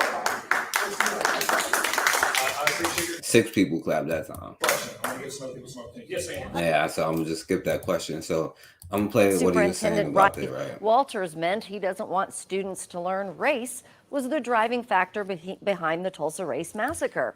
He was saying, you know, he just doesn't want them to know that, you know, but he was taken out of context. Justice for Greenwood even issued a statement this afternoon, strongly condemning his statements, calling it an attempt to whitewash and bury facts from history. I reached out to Walter's office because we were not there for clarification. Here is a condensed for time interview with his response. Do you believe that the Tulsa race massacre was a result of racism and hate? Yes, it's always been my position, and it's really clear when you look at the events of that day. What happened? What happened was you had individuals that acted in an evil and racist way to target Black Americans and kill them and murder them. What happened there with that question line? and your answer. I got asked 2 different points that I was asked to make. One was about the Tulsa Race Massacre, which I answered. Then I had a gentleman double down and say, I really want to hear about critical race theory. Where do you think critical race theory is involved in this? And then I answered that critical race theory, the belief that an individual is inherently racist or inherently an oppressor or inherently a victim based on the color of their skin, I reject that. From what I'm gathering, And this is not what critical race theory, what we were talking about earlier is critical race theory, how it's tied up in the culture, the mindsets, and all of this stuff that we living in, the economic problems, the problems to stand up for ourselves, you know, like Bakari, like you were saying earlier, like now I see, you understand why, like there is this kind of level of fear, but we can't have that. We have no excuse to have that. You know what I'm saying? That's the real, it's not like, who cares how they feel? They didn't care how you feel, do they? You know, and it don't matter what nobody else say, you know what I'm saying? If they ain't breaking off nothing to give to you, I don't want to hear nothing. Unless they giving something to you, then their words mean nothing. You know what I'm saying? So all of that. From what you're saying, is it maybe the question that you thought was asked was what the definition of critical race theory Yeah, you think the race massacre has something to do with race? was in your mind? Is that the question that you were hearing at the time? Yes. So the first question asked me about the Tulsa Race Massacre and critical race theory, and I really talked a lot about the Tulsa Race Massacre. And then the follow-up was, but critical race, you're not talking about critical race theory. And so then I went, well, here's what critical race theory is. Here's how I would define it. So what do you say to teachers who are saying that All right, so teachers in that, if you live in Oklahoma, that you probably have, or especially in Tulsa, that you may be sending, and I suspect in Richmond and Atlanta and LA and, you know what I'm saying, Buffalo and, you know, Orlando, or, you know, Cleveland, that your children are going to fear teaching certain subjects in class? When we passed the bill, HB 1775, we listed out 8 criteria and say, we want to really define this very clearly because we don't want teachers to have any uncertainty here. So we list them out in the bill, and we want to make sure that teachers, you don't say someone is inherently racist. Yeah, and Bobby, yeah, I feel you.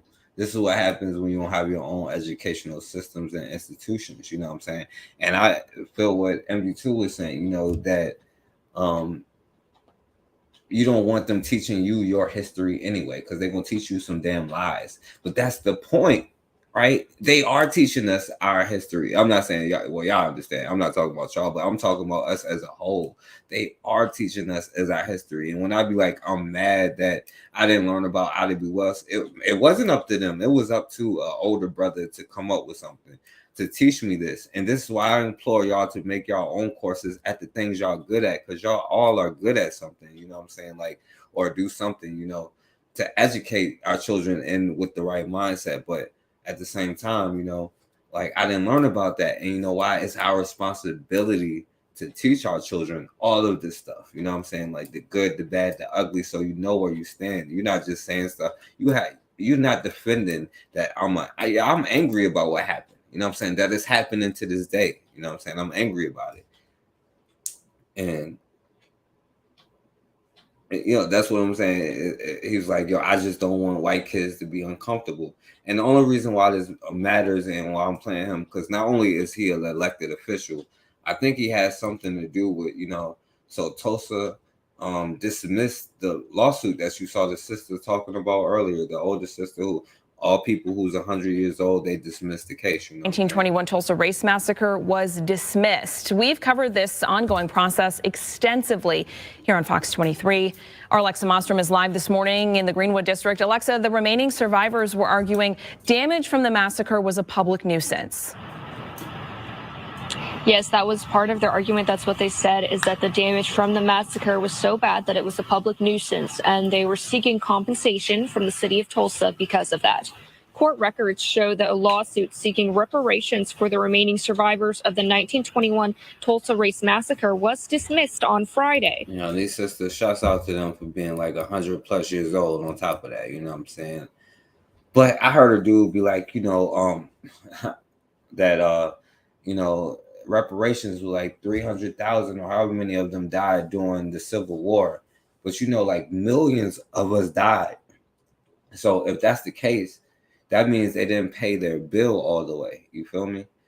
And if I call Conley, and he was like, black people should thank him, you know what I'm saying? Thank them for having the Civil War and all that stuff. We're going to get to all of that. But he was saying black people should thank him. But they've only paid 1/16 of a bill. I'd be like, yo, my light bill, imagine that. You know, I got to pay for water from them, which is the most abundant thing. So I got to pay for dirty water from them. But anyway, you know, because, you know, we just let them do that stuff. But even still, imagine me saying I got 1/16 for that bill. You know what I'm saying? And you should thank me for paying that 1/16. They were like, no, you got to pay that whole bill. So if their reparations was the quote unquote lives they gave, well, they're paid 1/16 of a bill. You feel me? So I expect you to pay the full bill. You know what I mean? The race massacre was dismissed on Friday. The Tulsa Race Massacre demolished and burned homes and businesses in the Greenwood district a little over 100 years ago. The survivors filed a claim against the city of Tulsa. It was 3 of them. It was only 3 people that was left, you know what I'm saying, for this claim, you know what I'm saying? Because everybody, it was 1921. My grandma was born in 1921. You know what I'm saying? She passed away in 2014. Seeking reparations.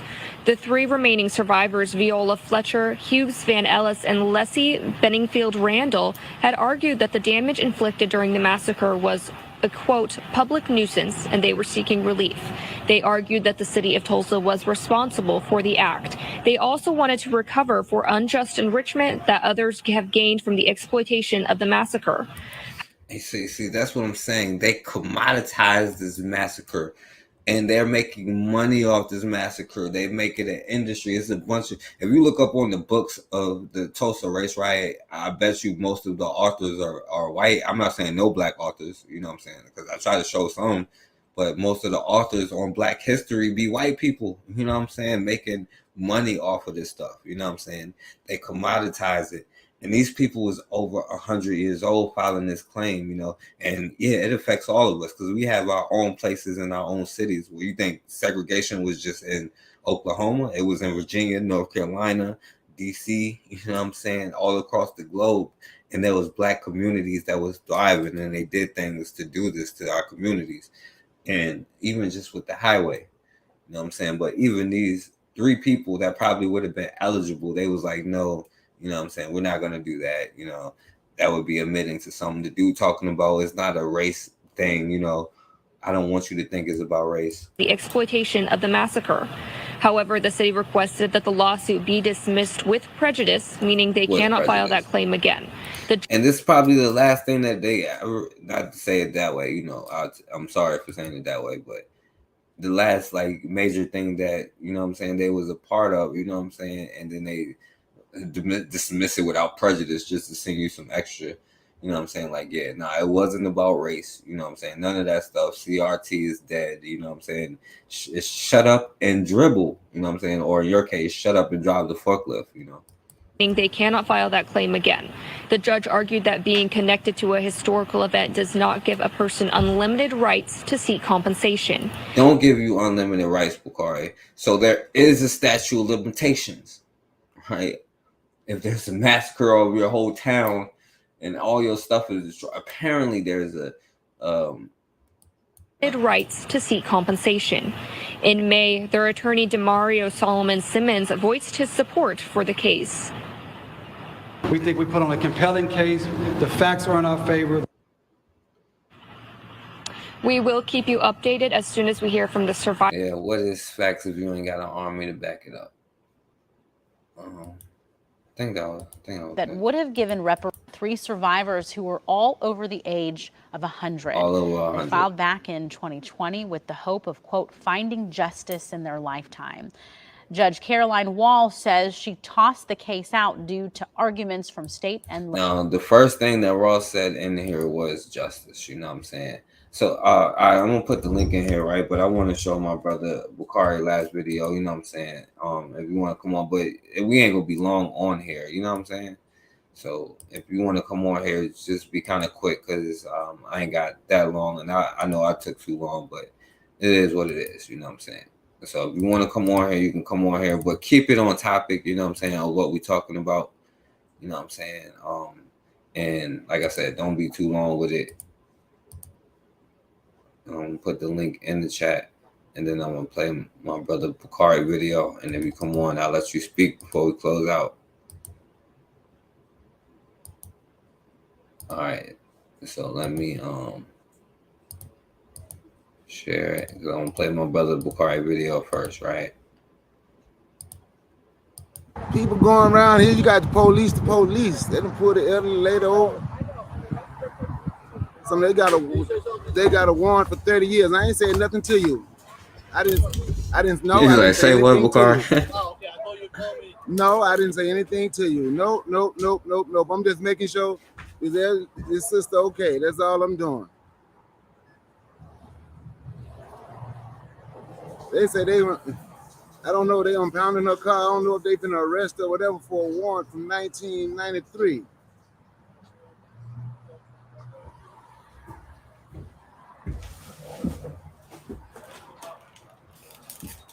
They claim a warrant never go away. I don't believe that.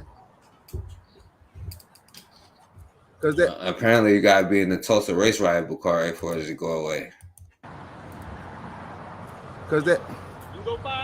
Because they have statute of limitations. Hey, yo, Bakari, I was tripping, bro. Like, you could have said a lot of stuff to the black dude. The black dude couldn't wait. He was like, you gonna find out, boy. You know what Master told us? I'm like, don't cross the gun line, boy. Like, what's it like? Don't, what do you say? Don't cross the gun line. Tell them about the gun line, boss. You know what I'm saying? That's one of them Negroes right there. They have statute of limitations on crimes and whatnot. Y'all ain't got to pay attention. I'm just paying attention to y'all. It's sick, Bakari. It's sick. He got buck broken. I don't. This is a part of the reason why I'm not as hard on the coon. I don't give him a pass. That's why I'm not, because I understand how they got buck broken. You know what I'm saying? But like, it's not an excuse because like, bro, look what you're doing here. You know what I'm saying? You like, tell them about the gun line, boss. You know.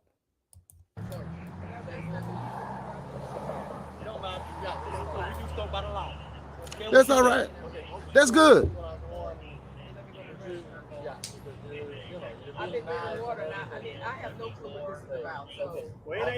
And Bakari says this was an older lady, you know what I'm saying? And they impounded her car and all that stuff and arrested her from a warrant from like, what, 1993, Bakari? 1992? And this was just an older lady. And my brother pulled around and stopped, you know what I'm saying, and made sure. And a lot of us wouldn't do that, you know what I'm saying? And this was the thing that we had before. And even in this situation, I'm not saying like Bakari to do, I'm saying like because he would have to have backup. Like back then, the Deacons of Defense, when they did it, they had shotguns, you know what I'm saying? They pulled up with shotguns like, yeah, we just standing here saying, doing what Bakari do, you know? And they had shotguns. And that'll make you act real timid, you know what I'm saying? So I would also exercise us to, or encourage us to exercise our Second Amendment rights, you know what I'm saying? But I'm not saying in individual case or nothing like that, because like, you know, this was some G stuff, you know what I'm saying? Like at least somebody made sure that the sister ain't get, you know, this older sister ain't get, you know what I'm saying? Because they got all these dudes out here for this older lady, you know? I have not been arrested in my life for anything. I have no clue where this mail is. I'm clueless. I have no clue where it is.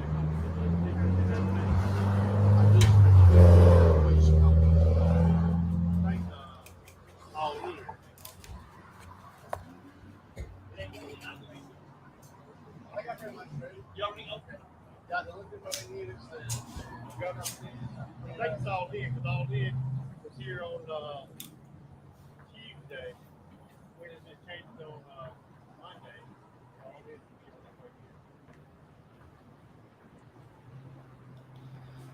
Yep, it's right here. I'll bring up his name again. I forgot his name, Cassandra. I done, but you right though. Hercules Rifleman 2A. Yeah, I don't know what's going on, bro, because the rifleman probably would take this position, and that's one of the dangers about that kind of mindset. You know what I'm saying? Because I want to play the part where the brother is like, he was getting mad at Bakari, like, how dare you, you Negro? You know what I'm saying? A warrant. Going back to 1993. Wow. I guess ain't no more statute of limitations on whatever.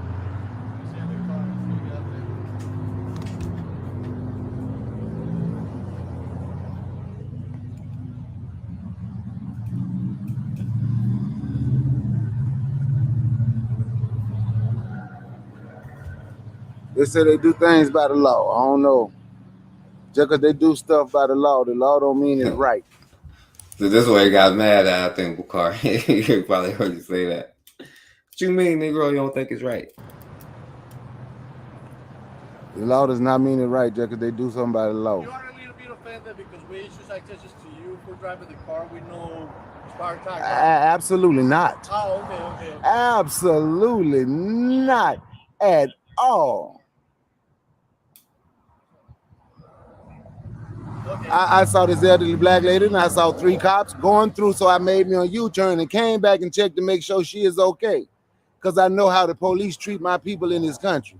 Let me tell you, you probably don't know much about it. It doesn't make a difference. Okay, good. Okay, but that have nothing to do with whether I'm going. That have nothing to do with whether I'm going to turn around and make sure she's okay or not, because I know how the police treat. I know how the police treat black people in this country. It ain't talking. I'm lying. The police don't treat black people fun in this country. They don't treat black people bad in this country. You saying just let me talk, so that's not true. No, I'm doing my so that's not true. No, because but you talking now, so obviously you had something to say, and what I said must have bothered you. But you started talking to me though. And the only thing. And the only thing I'm doing was making sure she's okay. Why is that a problem? That shouldn't be a problem. And that's all. And that's it. And that's all. And that was my look. And that was my biggest concern.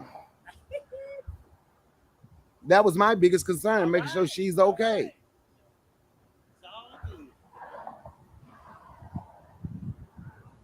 That was it.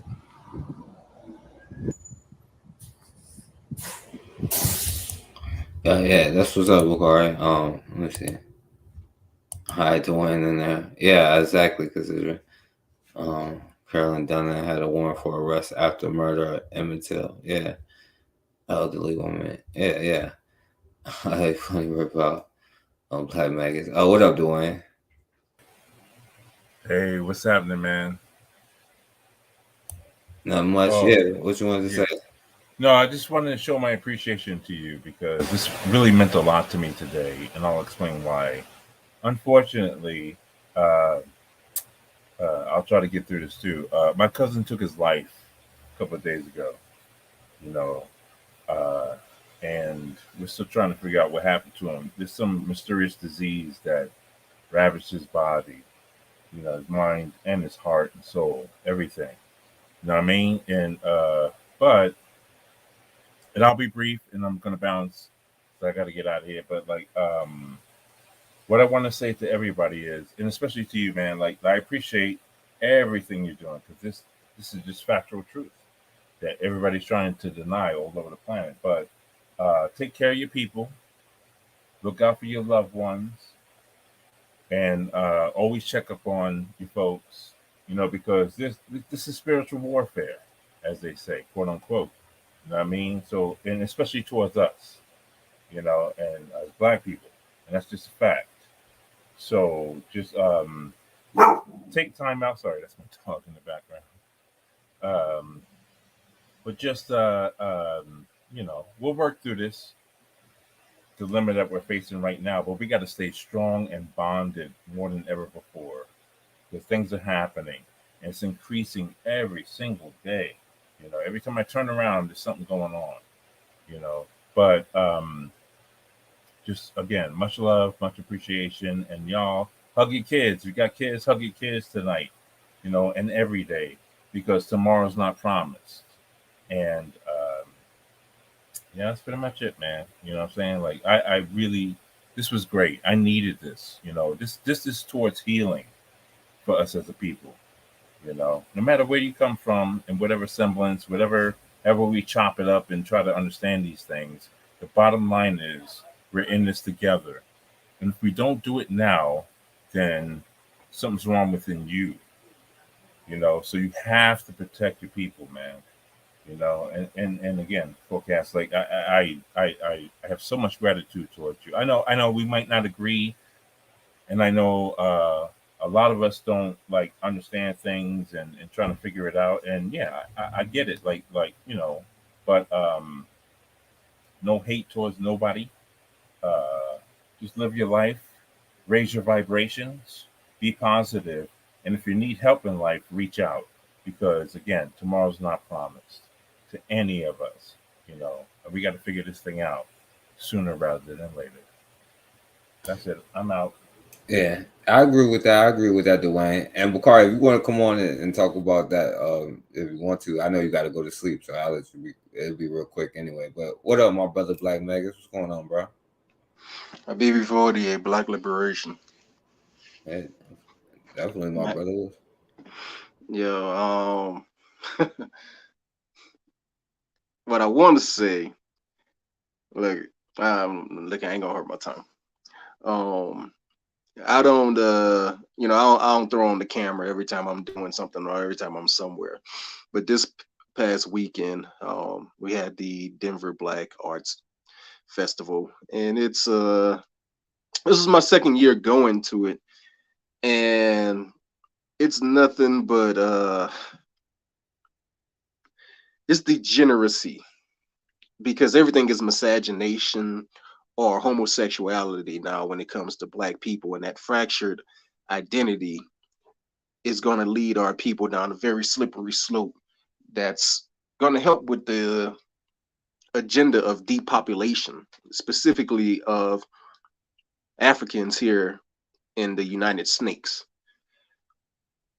That's facts. I stopped at a vendor booth. They were called the Pan African something leadership. I can't remember what the heck it was. And I was like, okay, well, let me see what's going on here. Let me see what they're talking about. And so they're doing a building bridges campaign. I was like, oh, okay. Definitely familiar with the terminology that people like to use when they say building bridges. And so I was like, okay, so who are you guys building bridges with? Because the sister, and she was a young sister, probably still a teenager. She was saying that, you know, trying to have more communications and chat with, you know, continental Africans and the diasporian Africans. But the Building Bridges campaign is them reaching out to other communities of people to recognize that we are a group of people, we being Black people, we are a group of people just like everyone else. And so we should be loved and accepted. And so they have alliances with Jews, Mexicans, whites, and then she said a couple of different, and I was like, okay, see, this is the problem that we're having. A Building Bridges campaign needs to be done between the diaspora and the continent. That is it. The reason why we're not accepted is because we're trying to be accepted. How do you try to force others to accept you? If they didn't accept you from the get-go, then you can't make them do it now. And we are bringing up these babies disassociated from who they are, and they don't want to be Black. They see no value in being Black. If we're watching as sick in the head women are holding their Black babies in their hands on lives saying, please be gay, baby, be gay. Well, let's talk about how many people are actually doing the same thing with their wombs and saying, be white, or to specifically go and procreate with white-skinned people, or at least the lighted-skinned person that they can. We're breeding ourselves out at a detrimental rate. Before we know it, there's going to be an epidemic, or I should say a shortage of Black people here on this continent. Yeah, I understand what you're saying. Like, you know, he's sick in the head. That's just straight up facts. And before I bounce, like Black Magus, I just want to say, man, like I really appreciate you. I know we bump heads once in a while, as people do, but I really appreciate you for that. You know, that's a lot of the stuff that I've been influxed with lately, you know. And I can go into details, but I ain't gonna do it over the internet because you know you never know who's looking or watching. But I'll tell you this, man, like you know, unity, you know, for real, and stay in control of your facilities, everybody. You know, if something's wrong, again, just shout it out loud to the mountaintops. You know what I'm saying? And just take care of yourself, take care of your babies, take care of your people, because you never know. You know, there is, just feeding on what you said, bro. Like there is an agenda to get rid of us, but we ain't going nowhere. You know what I'm saying? That's the bottom line. We ain't going nowhere. You know, we started this civilization on Earth. You know what I mean? So just blessings to everybody. Thank you for sharing some love. I saw a couple of comments on the chat. You know what I'm saying? Straight up love. You know what I'm saying? I just got to meditate right now and figure things out because this is a long journey and it ain't over. You know, even if we go into the next level of existence or life or even to the great beyond, you know, we have each other to rely on. So I appreciate y'all and blessings all around. Thank you so much. Yeah, all right, Dwayne, I appreciate it. Yo, what up, Bukari? What's going on? Condolences to you, Dwayne. What's going on, Black Megas? What's going on, everybody in the chat? Hey, man, y'all couldn't see the cop face, man. Oh, man, black cop. Oh, my God, he was upset. Oh, oh, man, his face. You said you're going to see what happened. You said you're going to see what happened. His facial expressions was worse than the way he was pissed off, man. That mother was pissed off. Bakari, what part of Georgia and what police department? This Powder Springs. I'm about 20 miles from Atlanta. Up that far. I'm not. It's according to what part of Atlanta I'm going to. Some parts of Atlanta I'm on like 9-10 miles from. Yeah, I got family that work for DCAB, man, and ever since that family member has been there, has worked with numerous drug dealers and pimps and crime bosses on the task force teams. I think that dude was probably just mad that you bust him in the act, man. Yeah, that dude. he was pissed, man. But no, DeKalb is on the other side. I got friends, homeboys I grew up with. That's a cop on in DeKalb County, man. He don't to let you know how funny they are. My homeboy, he literally got reprimanded for not giving tickets and arresting people. He was like, we were all laughing at it. I was like, man, you better start I'm just clowning. You better start giving people tickets. He was like, man, ain't nobody just giving out those tickets, man. I just tell people, slow down, man. Kids playing over here. Stop, slow down. The speed limit 25. You don't need to go 45 and a 25. It's 25 for a reason. Look, man, he's a man. I ain't arresting nobody for that. I ain't giving nobody no speeding ticket because you don't know what people got going on, man. So I'm not out here. They literally wrote him up for that. They wrote him up for that like 3 times. He don't give out enough tickets and he don't arrest enough. He was like, man, you don't know what people got going on. He ain't out here to bother nobody. He just he got a job to do. His job is to keep the community safe. His job is not to harass people, not to harass his own people. That's not his job. So he don't do it. But that dude was mad. I was riding by this car, and I saw the cops. I saw 3 cop cars in one car. So as I was getting closer to him, I slowed down so I could look and see. And I saw a black lady, an older black lady, standing behind the car on the other side of the car as I drove by because I couldn't see. Couldn't see at first because I saw them going through her car, man. They had opened all her doors.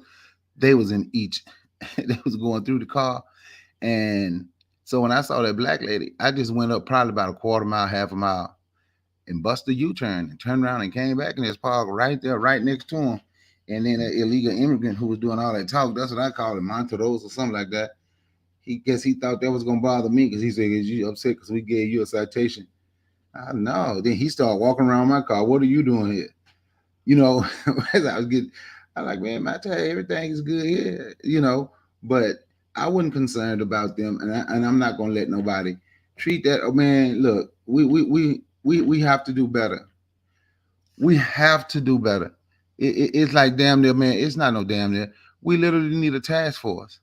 We need a task force because I can just imagine how many black people drove past her.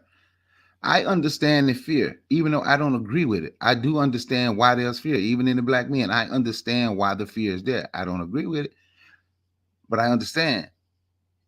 I just couldn't see it. Because, man, just think about it, man. That could be, she may have not been old enough. She probably been old enough to have a child my age, but not old as my mama. She's probably not old as my oldest sister. But she was elderly. She was at least 70. She was at least 70. She, oh, baby, what you talking about? I don't know nobody. She said they pulled over for the tag, and she called her husband on the phone. And they was talking about the tag. He's like, I just went and got the tag, so on and so forth. And look, yeah, you got your tag. So now, once you realize that they got the tag, so now the question is, why the hell did y'all pull me over? And when I was talking, because then Maurice Muhammad came in and put a thing in a comment, he was like, unfortunately, warrants don't go away. So that means, in our reality, there's no statute of limitation on crime. If your warrant, think about this, they'll tell you there's a statute of limitation. For what she did, allegedly, for what they arrested her for, the statute of limitation is 7 years. So if the statute of limitation is 7 years, how can you hold a warrant for 30 years? So there's really no statute of limitations. They just say any damn thing. Because if there's truly a statute of limitations, that crime would be over and done with. It would be forgotten about. That warrant would be rescinded, recalled by now. It would be done. It would have been torn up by now. 30 years, 1993. 1993. So there's no statute of limitation. It's just BS. And we have to look out for one another. And you know it's going to affect us more than it affect anybody else. See, I'm not thinking about these cops. I've been harassed. I've been followed by these police. They tried to get me to work with the police. This was a few years back. We can help you with your organization. You work with the police. Because I used to go to the city council meetings all the time, and I stand up and speak my mind. No, but let me get your number. No, y'all can't get my number. Let me get your number. Y'all ain't calling me. Y'all don't need shit. Y'all don't need my number. I tell them I don't give my number out, but I'll call you. But I was not trying to work with them. You know, man, they used to pull, man, I'm telling you, man, for about a year straight, man, I was pulled over at least 4 days. I was pulled over at least 4 days a week, man. They were just pulling me over, messing with me. They started messing with my kids. But, you know, can it be a problem? It can become more of a problem when they mess with your children. And they really didn't like what I said in city council meeting after they harassed my son when he was like 13, 14 years old. He's walking from the store and they take his bag. What did he tell me? He take his bag. Boy, you look like you stealing, and take his stuff and pour it on the ground. They really didn't like what I said when I went into the city council meeting. Bakari. Yeah. And forecast. I want you to comment after I ask Bakari this question, because this is something that it doesn't get talked about, and I don't see it being something that's probably going to affect you, but a lot of people do exhibit this. So, Bakari, you know, when you were going through that, right, all of those back-to-back harassments, you know, as we know, that's called you becoming a targeted individual. And that's something that we don't talk about when we do race work, because it would scare people off immediately. Like, wait, what? I'm going to get followed? I'm going to get purposely harassed? I'm becoming a targeted individual? Like, if we out the gate would tell people that this is going to happen to you, people will be definitely afraid, really, to do any kind of race work. Did you notice anything else around that time, Bakari, other than just the police stops? Like, what about cars being parked around, places that you frequented. You know what? You say that. No, I never even paid attention. I didn't even think to pay attention to that. You know what? I can tell you what I did notice. I did notice. This is not that you as the never noticed cause, but I did notice damn near everywhere I went, it was a police in the area. One cop walked in one day. I had never seen. I have no idea who he is. He just walked in the store. I'm in the store in line. I'm finna give me some coffee. Before I go to the gym and work out, he walked in. He called my full government name. What's up? My first, middle, and last name. What's up, such and such? How you doing? I'm like, man, how the hell you know me? I don't know you. I see you got a uniform. You a cop. How you know me? What's your name? Don't worry about my name. I know your name. All right, well, what's your name? Walked into my whole government name, bro. It can be very uncomfortable. Now, I have told people this. It can be very, very uncomfortable. But you have to have the mind state where you knowing you can handle yourself. And when I say what they did to my son, when he was like 13, 14, you look like you stealing, take his stuff and pour it on the ground. Yeah, they messed with my son because he's black, but that was directed toward me. They couldn't shake me. I still kept going to the city council meeting. I still kept saying what I was going to say. I still kept doing what I was going to do. And it got a little worse when I turned down opportunity. These people literally tried to get me to hush, offered me about $250,000 contracts, $300,000 contract, offered me a 6-bedroom brick home on damn near an acre of land, 6-bedroom on it. And I'm dead serious. My son just walked in here. He can tell you that they used to call me, come and they want to have a meeting. But then stuff started getting uncomfortable at those meetings. Well, that's what I would avoid. I would avoid those meetings when they want to talk to me by myself, come up here, well, do this. But they would still see me in the city council. And then they would ask me. So one day they tried to embarrass me in the city council meeting. Like, why are you here? I'm like, what do you mean, why am I here? I'm here because I want to know what's going on. Well, you don't live in the city. I say, you're right. I do not live in the city limits. But the city takes my water bill. And since I pay my bill to the city, I'm going to come and see what's going on with the city. And I'm going to get these police and everything that's going wrong. We're going to get this in order. Yeah. And that's, and and I'm like, so whatever's going on is my job to fix it and make everything better. So they didn't like me. They did everything in their power to hush me, but they couldn't hush me. And especially one time they saw me walk in one time, it was about 20 black people that came there who I talked into coming to the city council meeting. I knew once I speak, they were going to leave, but they didn't know that. What they saw was me able to have 20 black people walk into the city council with me. I knew those black people mindset. I knew they wanted things to be better, but I knew they weren't outspoken like me. So I knew they was going to get away. They play a different role than I play. But the fact that they came in there with me and the police had done something to somebody, and when I stood up and spoke, and I was like, y'all gonna have to fix this, because if y'all don't fix it, we gonna fix it. I said, y'all call us Negro, so we the new Negro. I don't shoot back, I shoot first. If y'all don't correct it, we gonna correct it. Every white person in there turned red from the head. Everything you could see on their body was damn near blood red. But I meant what I said, the head, the hands, the neck, the ears, everything. But I meant what I said. And they knew I meant what I said. Then the police want to start working with me. Then this one black woman get up and she try to go against me. And then somebody else speak to try to go against me, talking about how great the police are doing. And they was talking about, well, after this meeting, we would love to speak with the police so we can tell them about our organization, because they're trying to get this 501c3 money. The police didn't even want to have no respect for them. Didn't even want, it was her. It was 2 black women. The black woman spoke. The leaders of the organization, 2 black women, a black man, and a white man.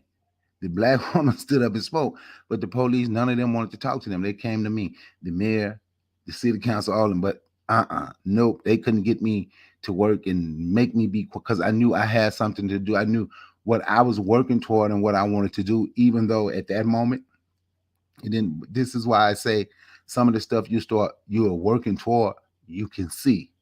I did a show talking about the reason vote locally. They have a black mayor in this town now. And if you see what he did and all these black businesses then what they're doing, that's the plan. That now he haven't called me an offer, but that's my plan. What they're using, what he's using majority of my plan. What I said need to be done for black businesses to make things better for black people in this little city. And he's using part of my plan right now. I hear the mic. I see Cassandra just came up here. Yeah. And I answer if you want to, Black Maggers. Cassandra come on here. I'll let her. I want her to get a chance to say what she want to say. Shouts out to Cassandra. Thanks for coming on too. Hey, family. Just a few minutes, just a couple of pointers that I wanted to bring out, and then I'm gonna go to bed.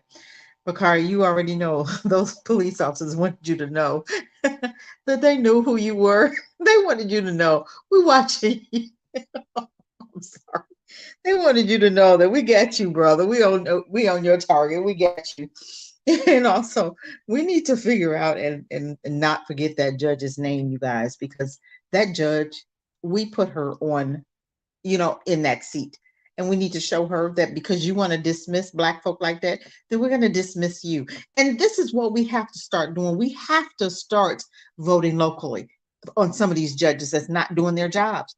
Get them out of those seats. We stay home. That's the most important time really to vote because we have power in that area.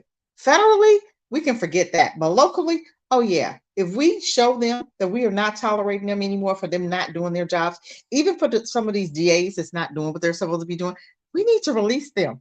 And some of these coons, we brought up the coon, the behavior, the depopulation. Some of these Black folk need to be depopulated.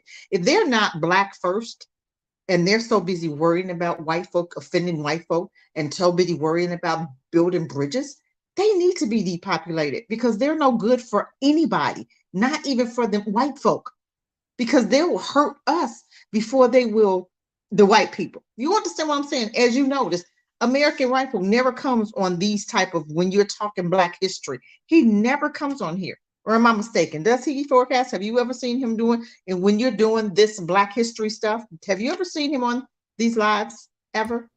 No, not really, except for when to disrupt and stuff. Exactly.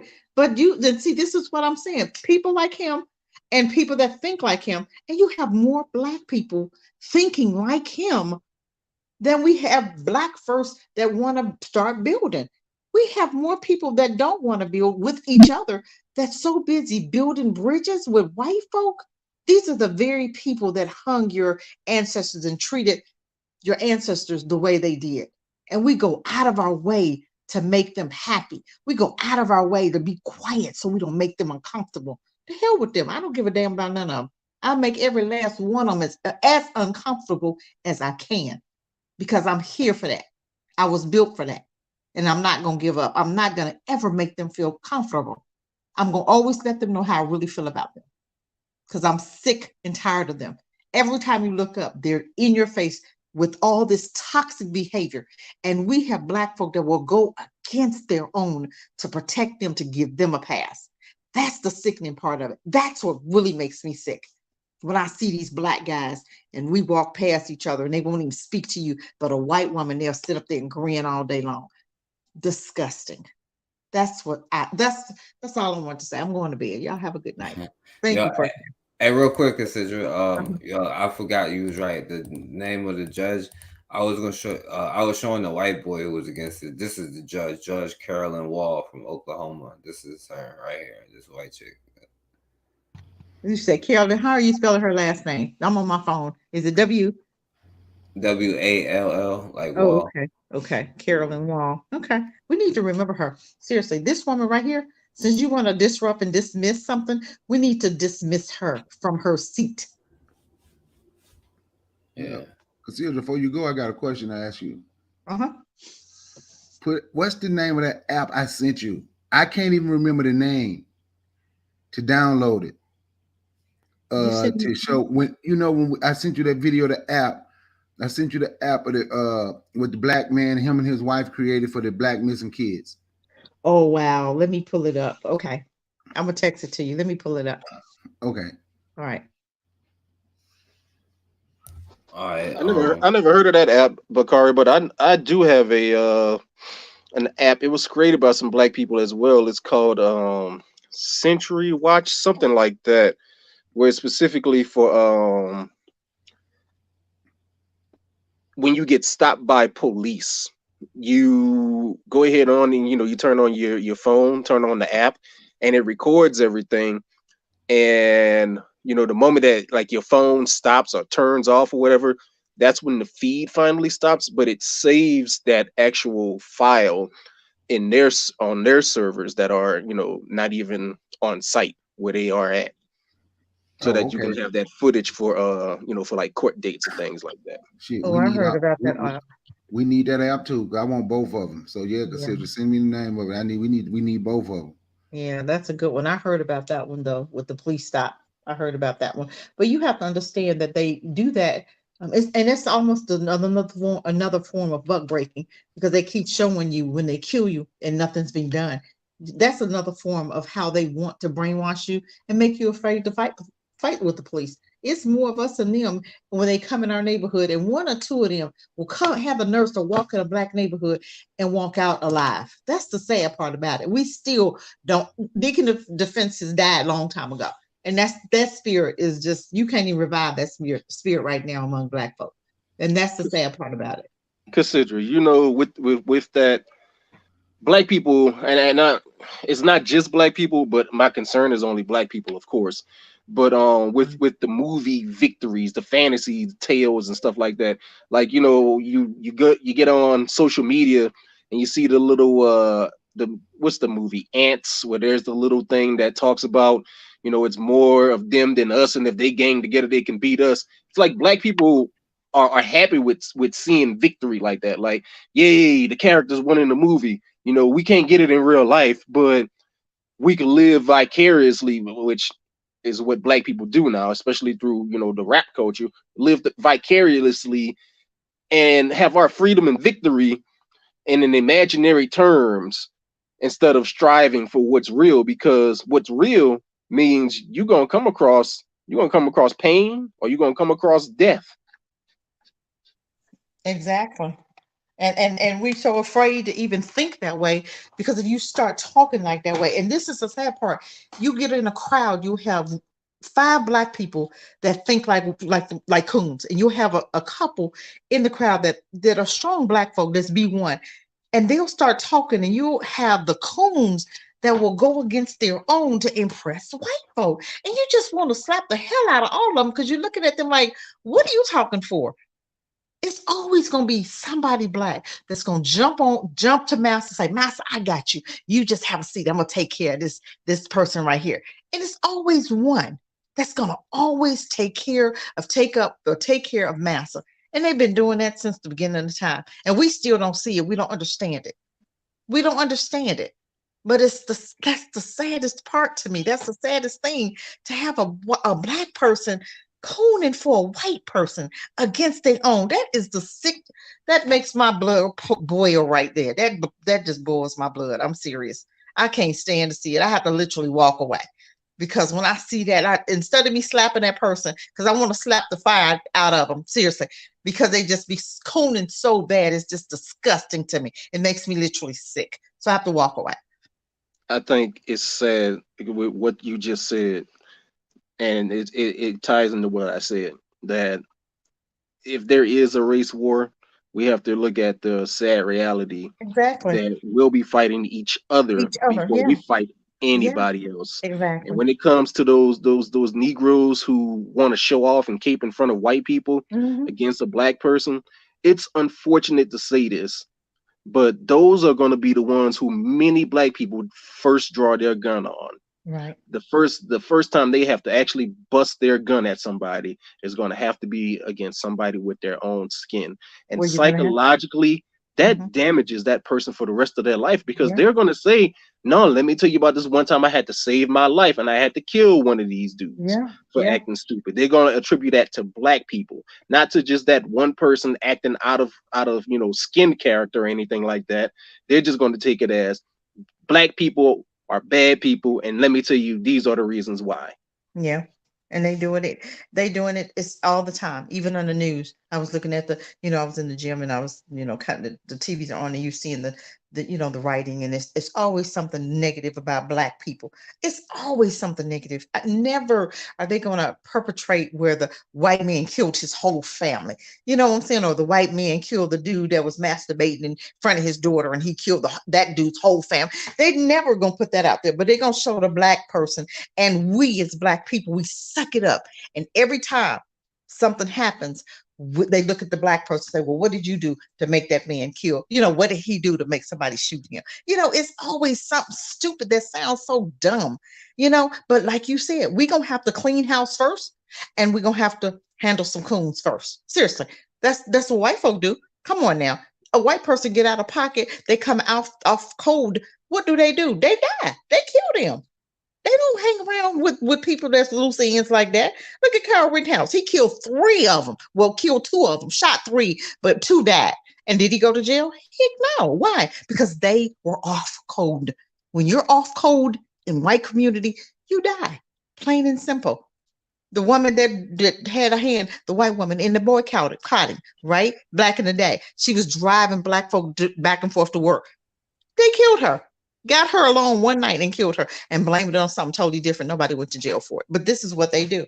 We're going to have to clean house. Majority of the mass shooters during Obama and Trump's eras, a lot of those white shooters who shot white people said they did it because those white folk were falling out of line. That's right. And they got away with it. Those people that was marching in Black Lives Matter, they got away with it. Kyle Rittenhouse got away with murder because they were off code, and they know that. This white girl came on there and she was talking up for Black people, and she said, I could literally lose my life for speaking up for Black people. She said that. That's nothing new. But when Black folks speak up against Black folk, what we do? Nothing. We let them. Candace Owen is totally off code. And it's a few others. And nothing ever happens to them. They get to talk all day long. And we look at them and we just walk past and just let them breathe. We let them breathe. That's the sad part about it. We are not anything like them because we're too different. We're not made out of the same cloth. I don't care what y'all say. We don't serve the same God as them. Okay? Those are Satan's children. I keep telling people, look at their fruits. Them. But they're going to look at you. They see us out of their eyes. So that's how they can call you lazy. That's how they can call you evil, because they're looking at you the way they are. They're calling you what they are. Anytime they open their mouth and they say something about, oh, you lazy. Really? Why don't you go down there and pick them strawberries in Florida? If you know what I'm saying? If you're not lazy, go down there in Florida and pick them strawberries. They're good skin cancer. I'm just saying. But you call us lazy. But the strawberries still laying on the ground, right? The oranges that you didn't want the Mexicans to pick, they still land on the ground. But just not to get all off the subject, and but it's sickening. We have to clean house. We're gonna have to get to that point, because if we have a civil war, like the young man said, we have a civil war.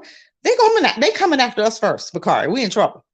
I'm just saying, them niggas go. I'm sorry, y'all. I know y'all hate that word, but I'm just saying they are trained, and they coming after their own to clean house for massa first. Guarantee you it. Just remember them apes turned on Caesar.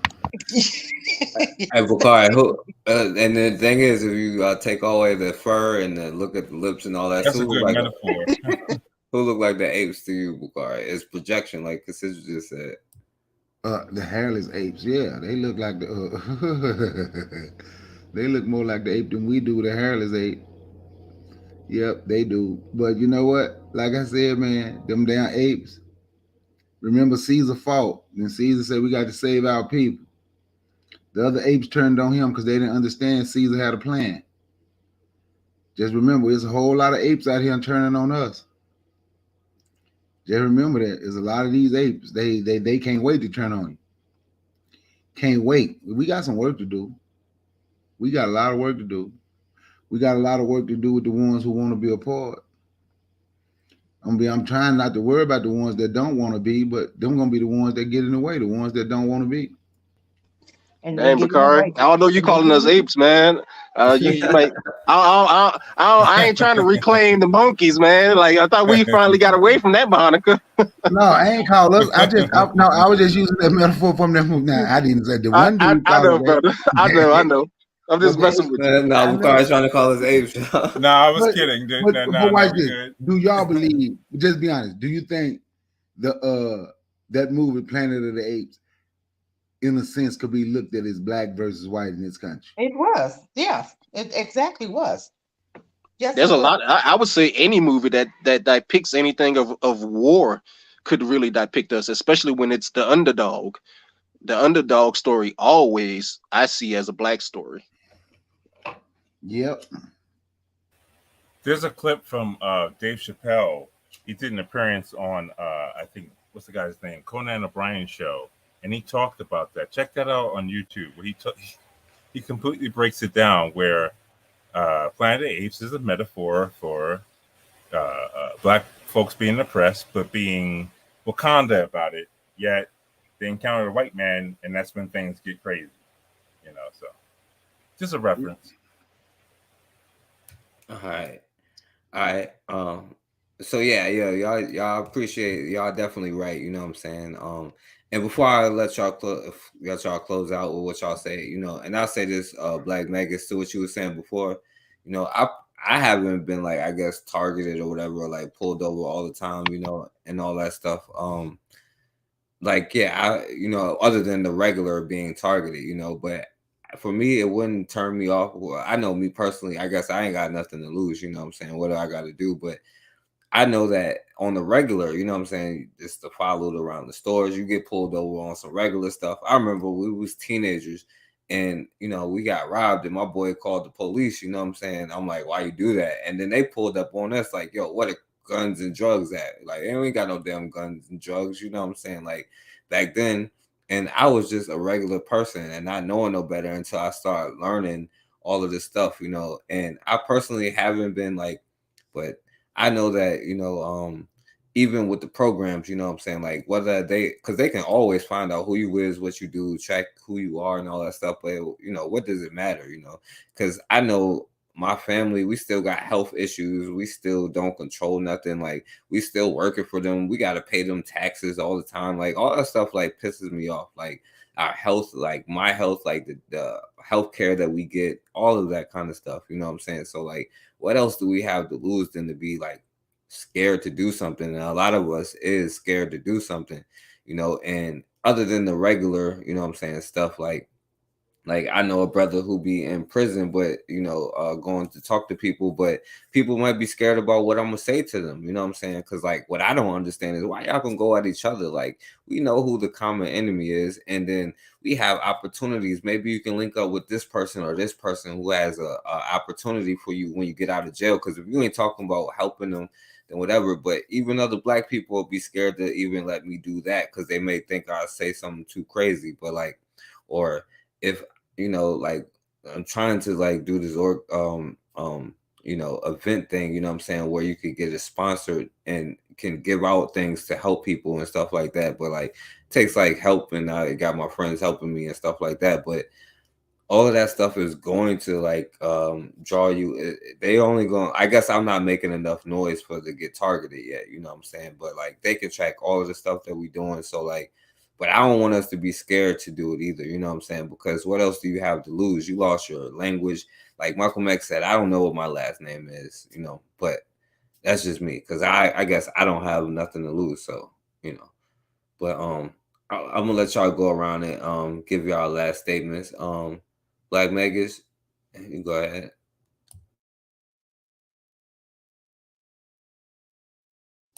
You there, Black Megas? Yeah, I'm here, brother. Hey, I'm just gonna say that I know that everybody doesn't see themselves as being African, and I'm at a point in my life where I'm cool with that. I'm not looking for like minds. I'm looking for strong-willed people who are at least looking for black sovereignty, a sovereignty that we can get on our own, separate and void from others. It's really about us building those bridges with ourselves. When we think about other people, all of their cultures, their norms, everything that they do, we see how they have incorporated everything that they have that's working for them from us, even on a spiritual level. They get it all from us, yet we're void and debased of any morality. We have to start reclaiming our morality if we're going to get anywhere in life. When you look at these folk, man, it's always a us versus them mentality.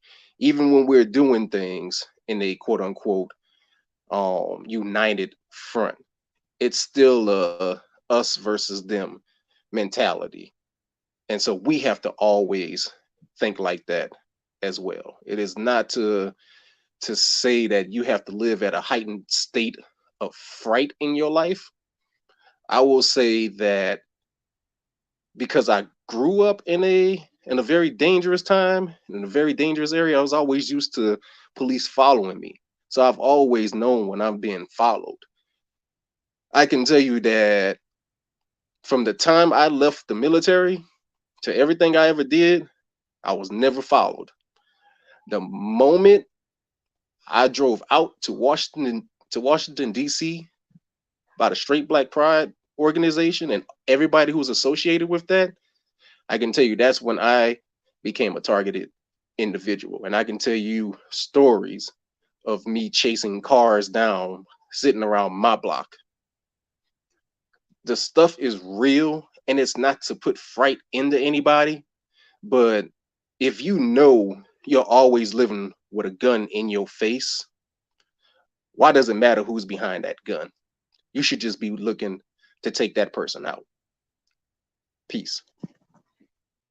Yeah, definitely. I appreciate that. And I meant to go to like Cassandra too. Gosh, she said she got to go to bed. I'm sorry, Cassandra, but you facts, Black Magus. But Cassandra, It's all good. It's just so, you know what, I think, and I thank you, Forecast, for you doing these lives, because this helps us to really, this is something that we could teach our children.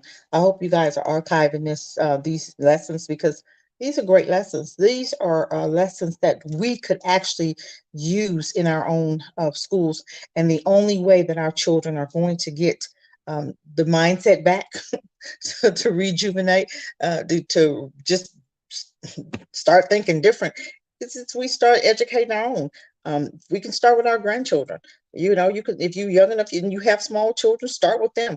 That's the only way we're going to get back to normal, because at the rate we're going and we're allowing anybody and everybody to pour into our children, even these negative people that God told you not to allow to even educate your children, not to even mix and mingle with them. He told them. And if you guys aren't reading it, go read Deuteronomy 7. For the ones that don't believe me and you read the Bible, these Christian folk, go read Deuteronomy 7. He told you not to give your children to them, else they will turn their hearts away from him. And look at, that's exactly what's happening. We're doing everything he told us not to do, but we don't it's almost like we're brain dead. We don't care. We don't care. As long as white folk accepting us, we don't care if anybody else accepts us, which is sad. So let's just keep these lives going. Let's keep this truth going, and let some archive them, because we're going to need these. So when we do get our schools Forecast, you're going to be the history teacher. How about that? I'm down with that. But thank you. I pass. And I rest my bike. Y'all have a good night. I'm going to bed. All right. Good night, Cassandra. And we need more Black men that's down to do this stuff that we're talking about, because it can't just be us trying to come through, you know. You ain't lying. Have a good. All right, good night, Cassandra. Bakari, I'm my bad, brother. I know you got to go to bed too. It's like you're an old man.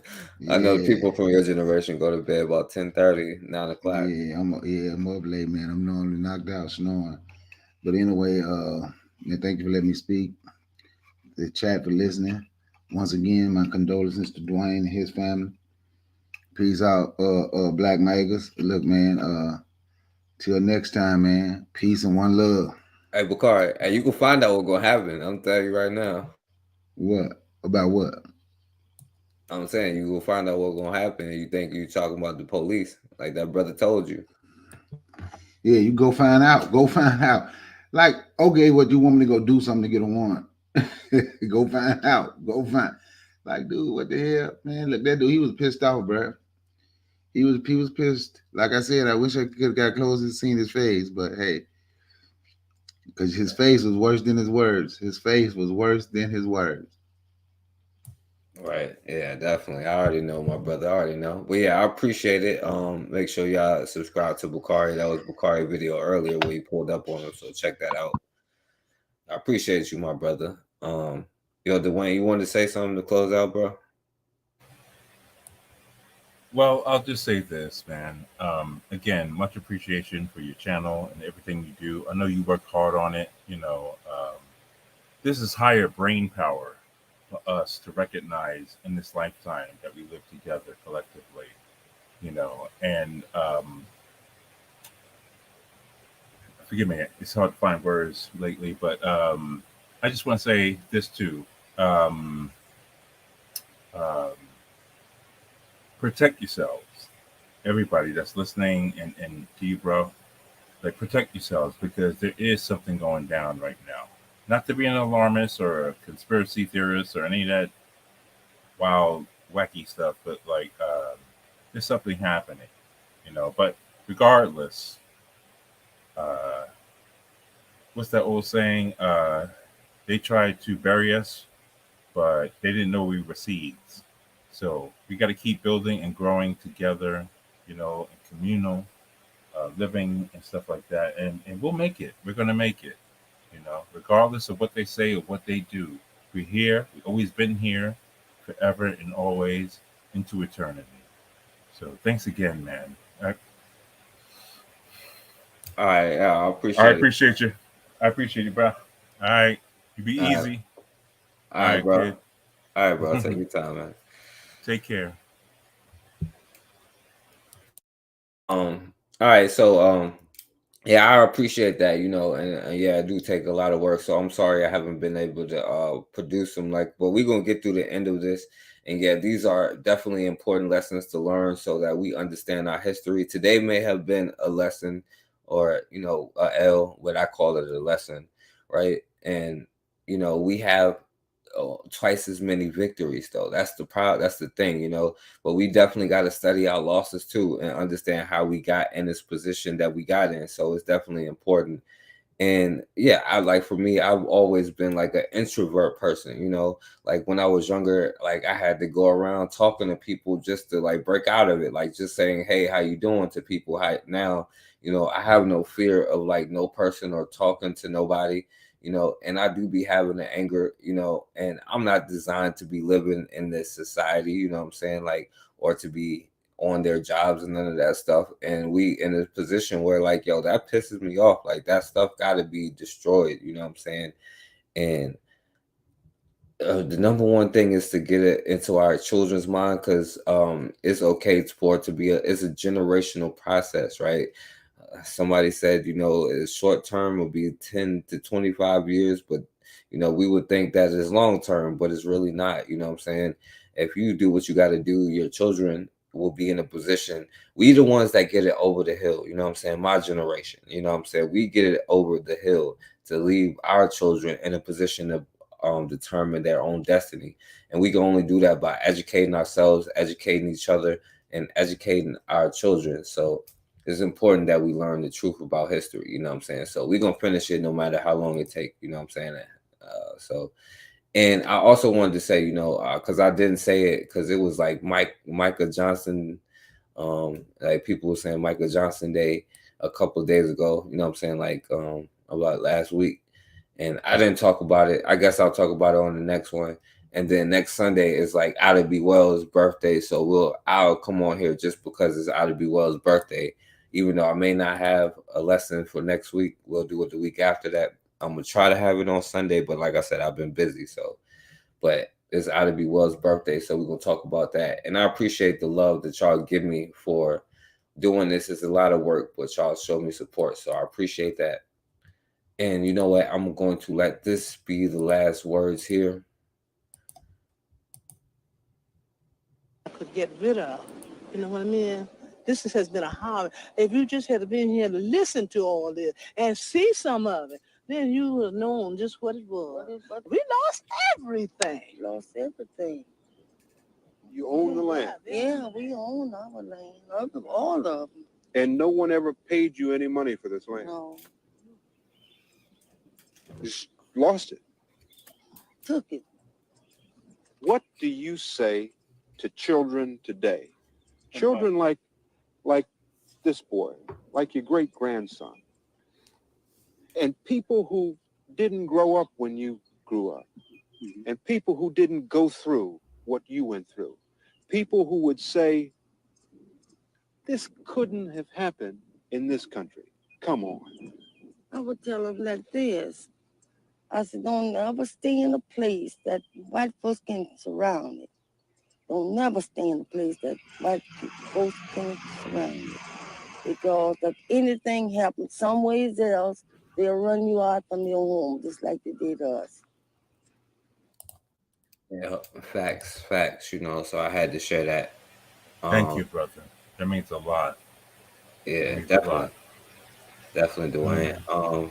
Yeah, I saw Bobby Wright, and y'all make sure y'all follow Bobby Wright. He be on IG. He be posting some real stuff. I don't know about the rabbit earlier. I would have ate it till you told me his rabbit, bro. But it's all good. So shouts out to Bobby. Black Mag is on IG. You know, Black Family Vanguard. You know, so follow him on IG.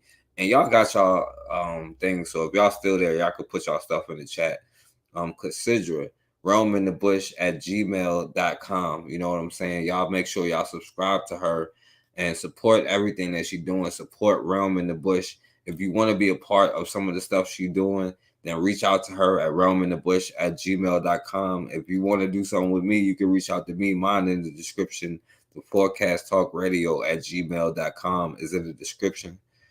Shouts out to Bukari. Y'all subscribe to Bukari. You know, he could put his thing in there. Shouts out, appreciate you for coming on here, Dwayne, and you know, everybody else that was on here. Shouts out to Bobby, shouts out to Raw, of course, shouts out to Raw, shouts out to Bawana, Amani Mangu, K Shaw, thanks for coming through, my brother. Flower Drip was in the building, Koku probably out there in the building. Let me see. Erica, shouts out to Erica Howard. You know what I'm saying? Y'all give her y'all well wishes. Shouts out to Highly Favorite. Highly Favorite probably fell asleep. I'm sorry, Highly Favorite. Jonathan J was in the building for a second, but we the ones that came through, bro. Yeah, I'm sorry, everybody. I can't shout out. You know, shouts out to everybody that came through. You know, but y'all list the people. But you're always good, bro. You're always good, and one love to you, man. Respect and. If you need any help with your event, I got the skills to pay the bills, bro. Just hit me up. You know what I mean? I'll share my info with you, bro. Thank you so much. Thank you. Yeah. Well, if you can help us do anything, you know what I'm saying? My email is in the joint, you know what I'm saying? So I'm trying to have like events in our communities so I can like give them something, but also offer something positive that's not just singing and dancing, you know. But Ross said the ending thing at the beginning. Are we ready to do what we should have been done long time ago? And that's the answer. That's what we're trying to figure out. You know what I'm saying? And so I appreciate y'all. And as always, man, we have got to start standing for something, or we're gonna keep falling for anything.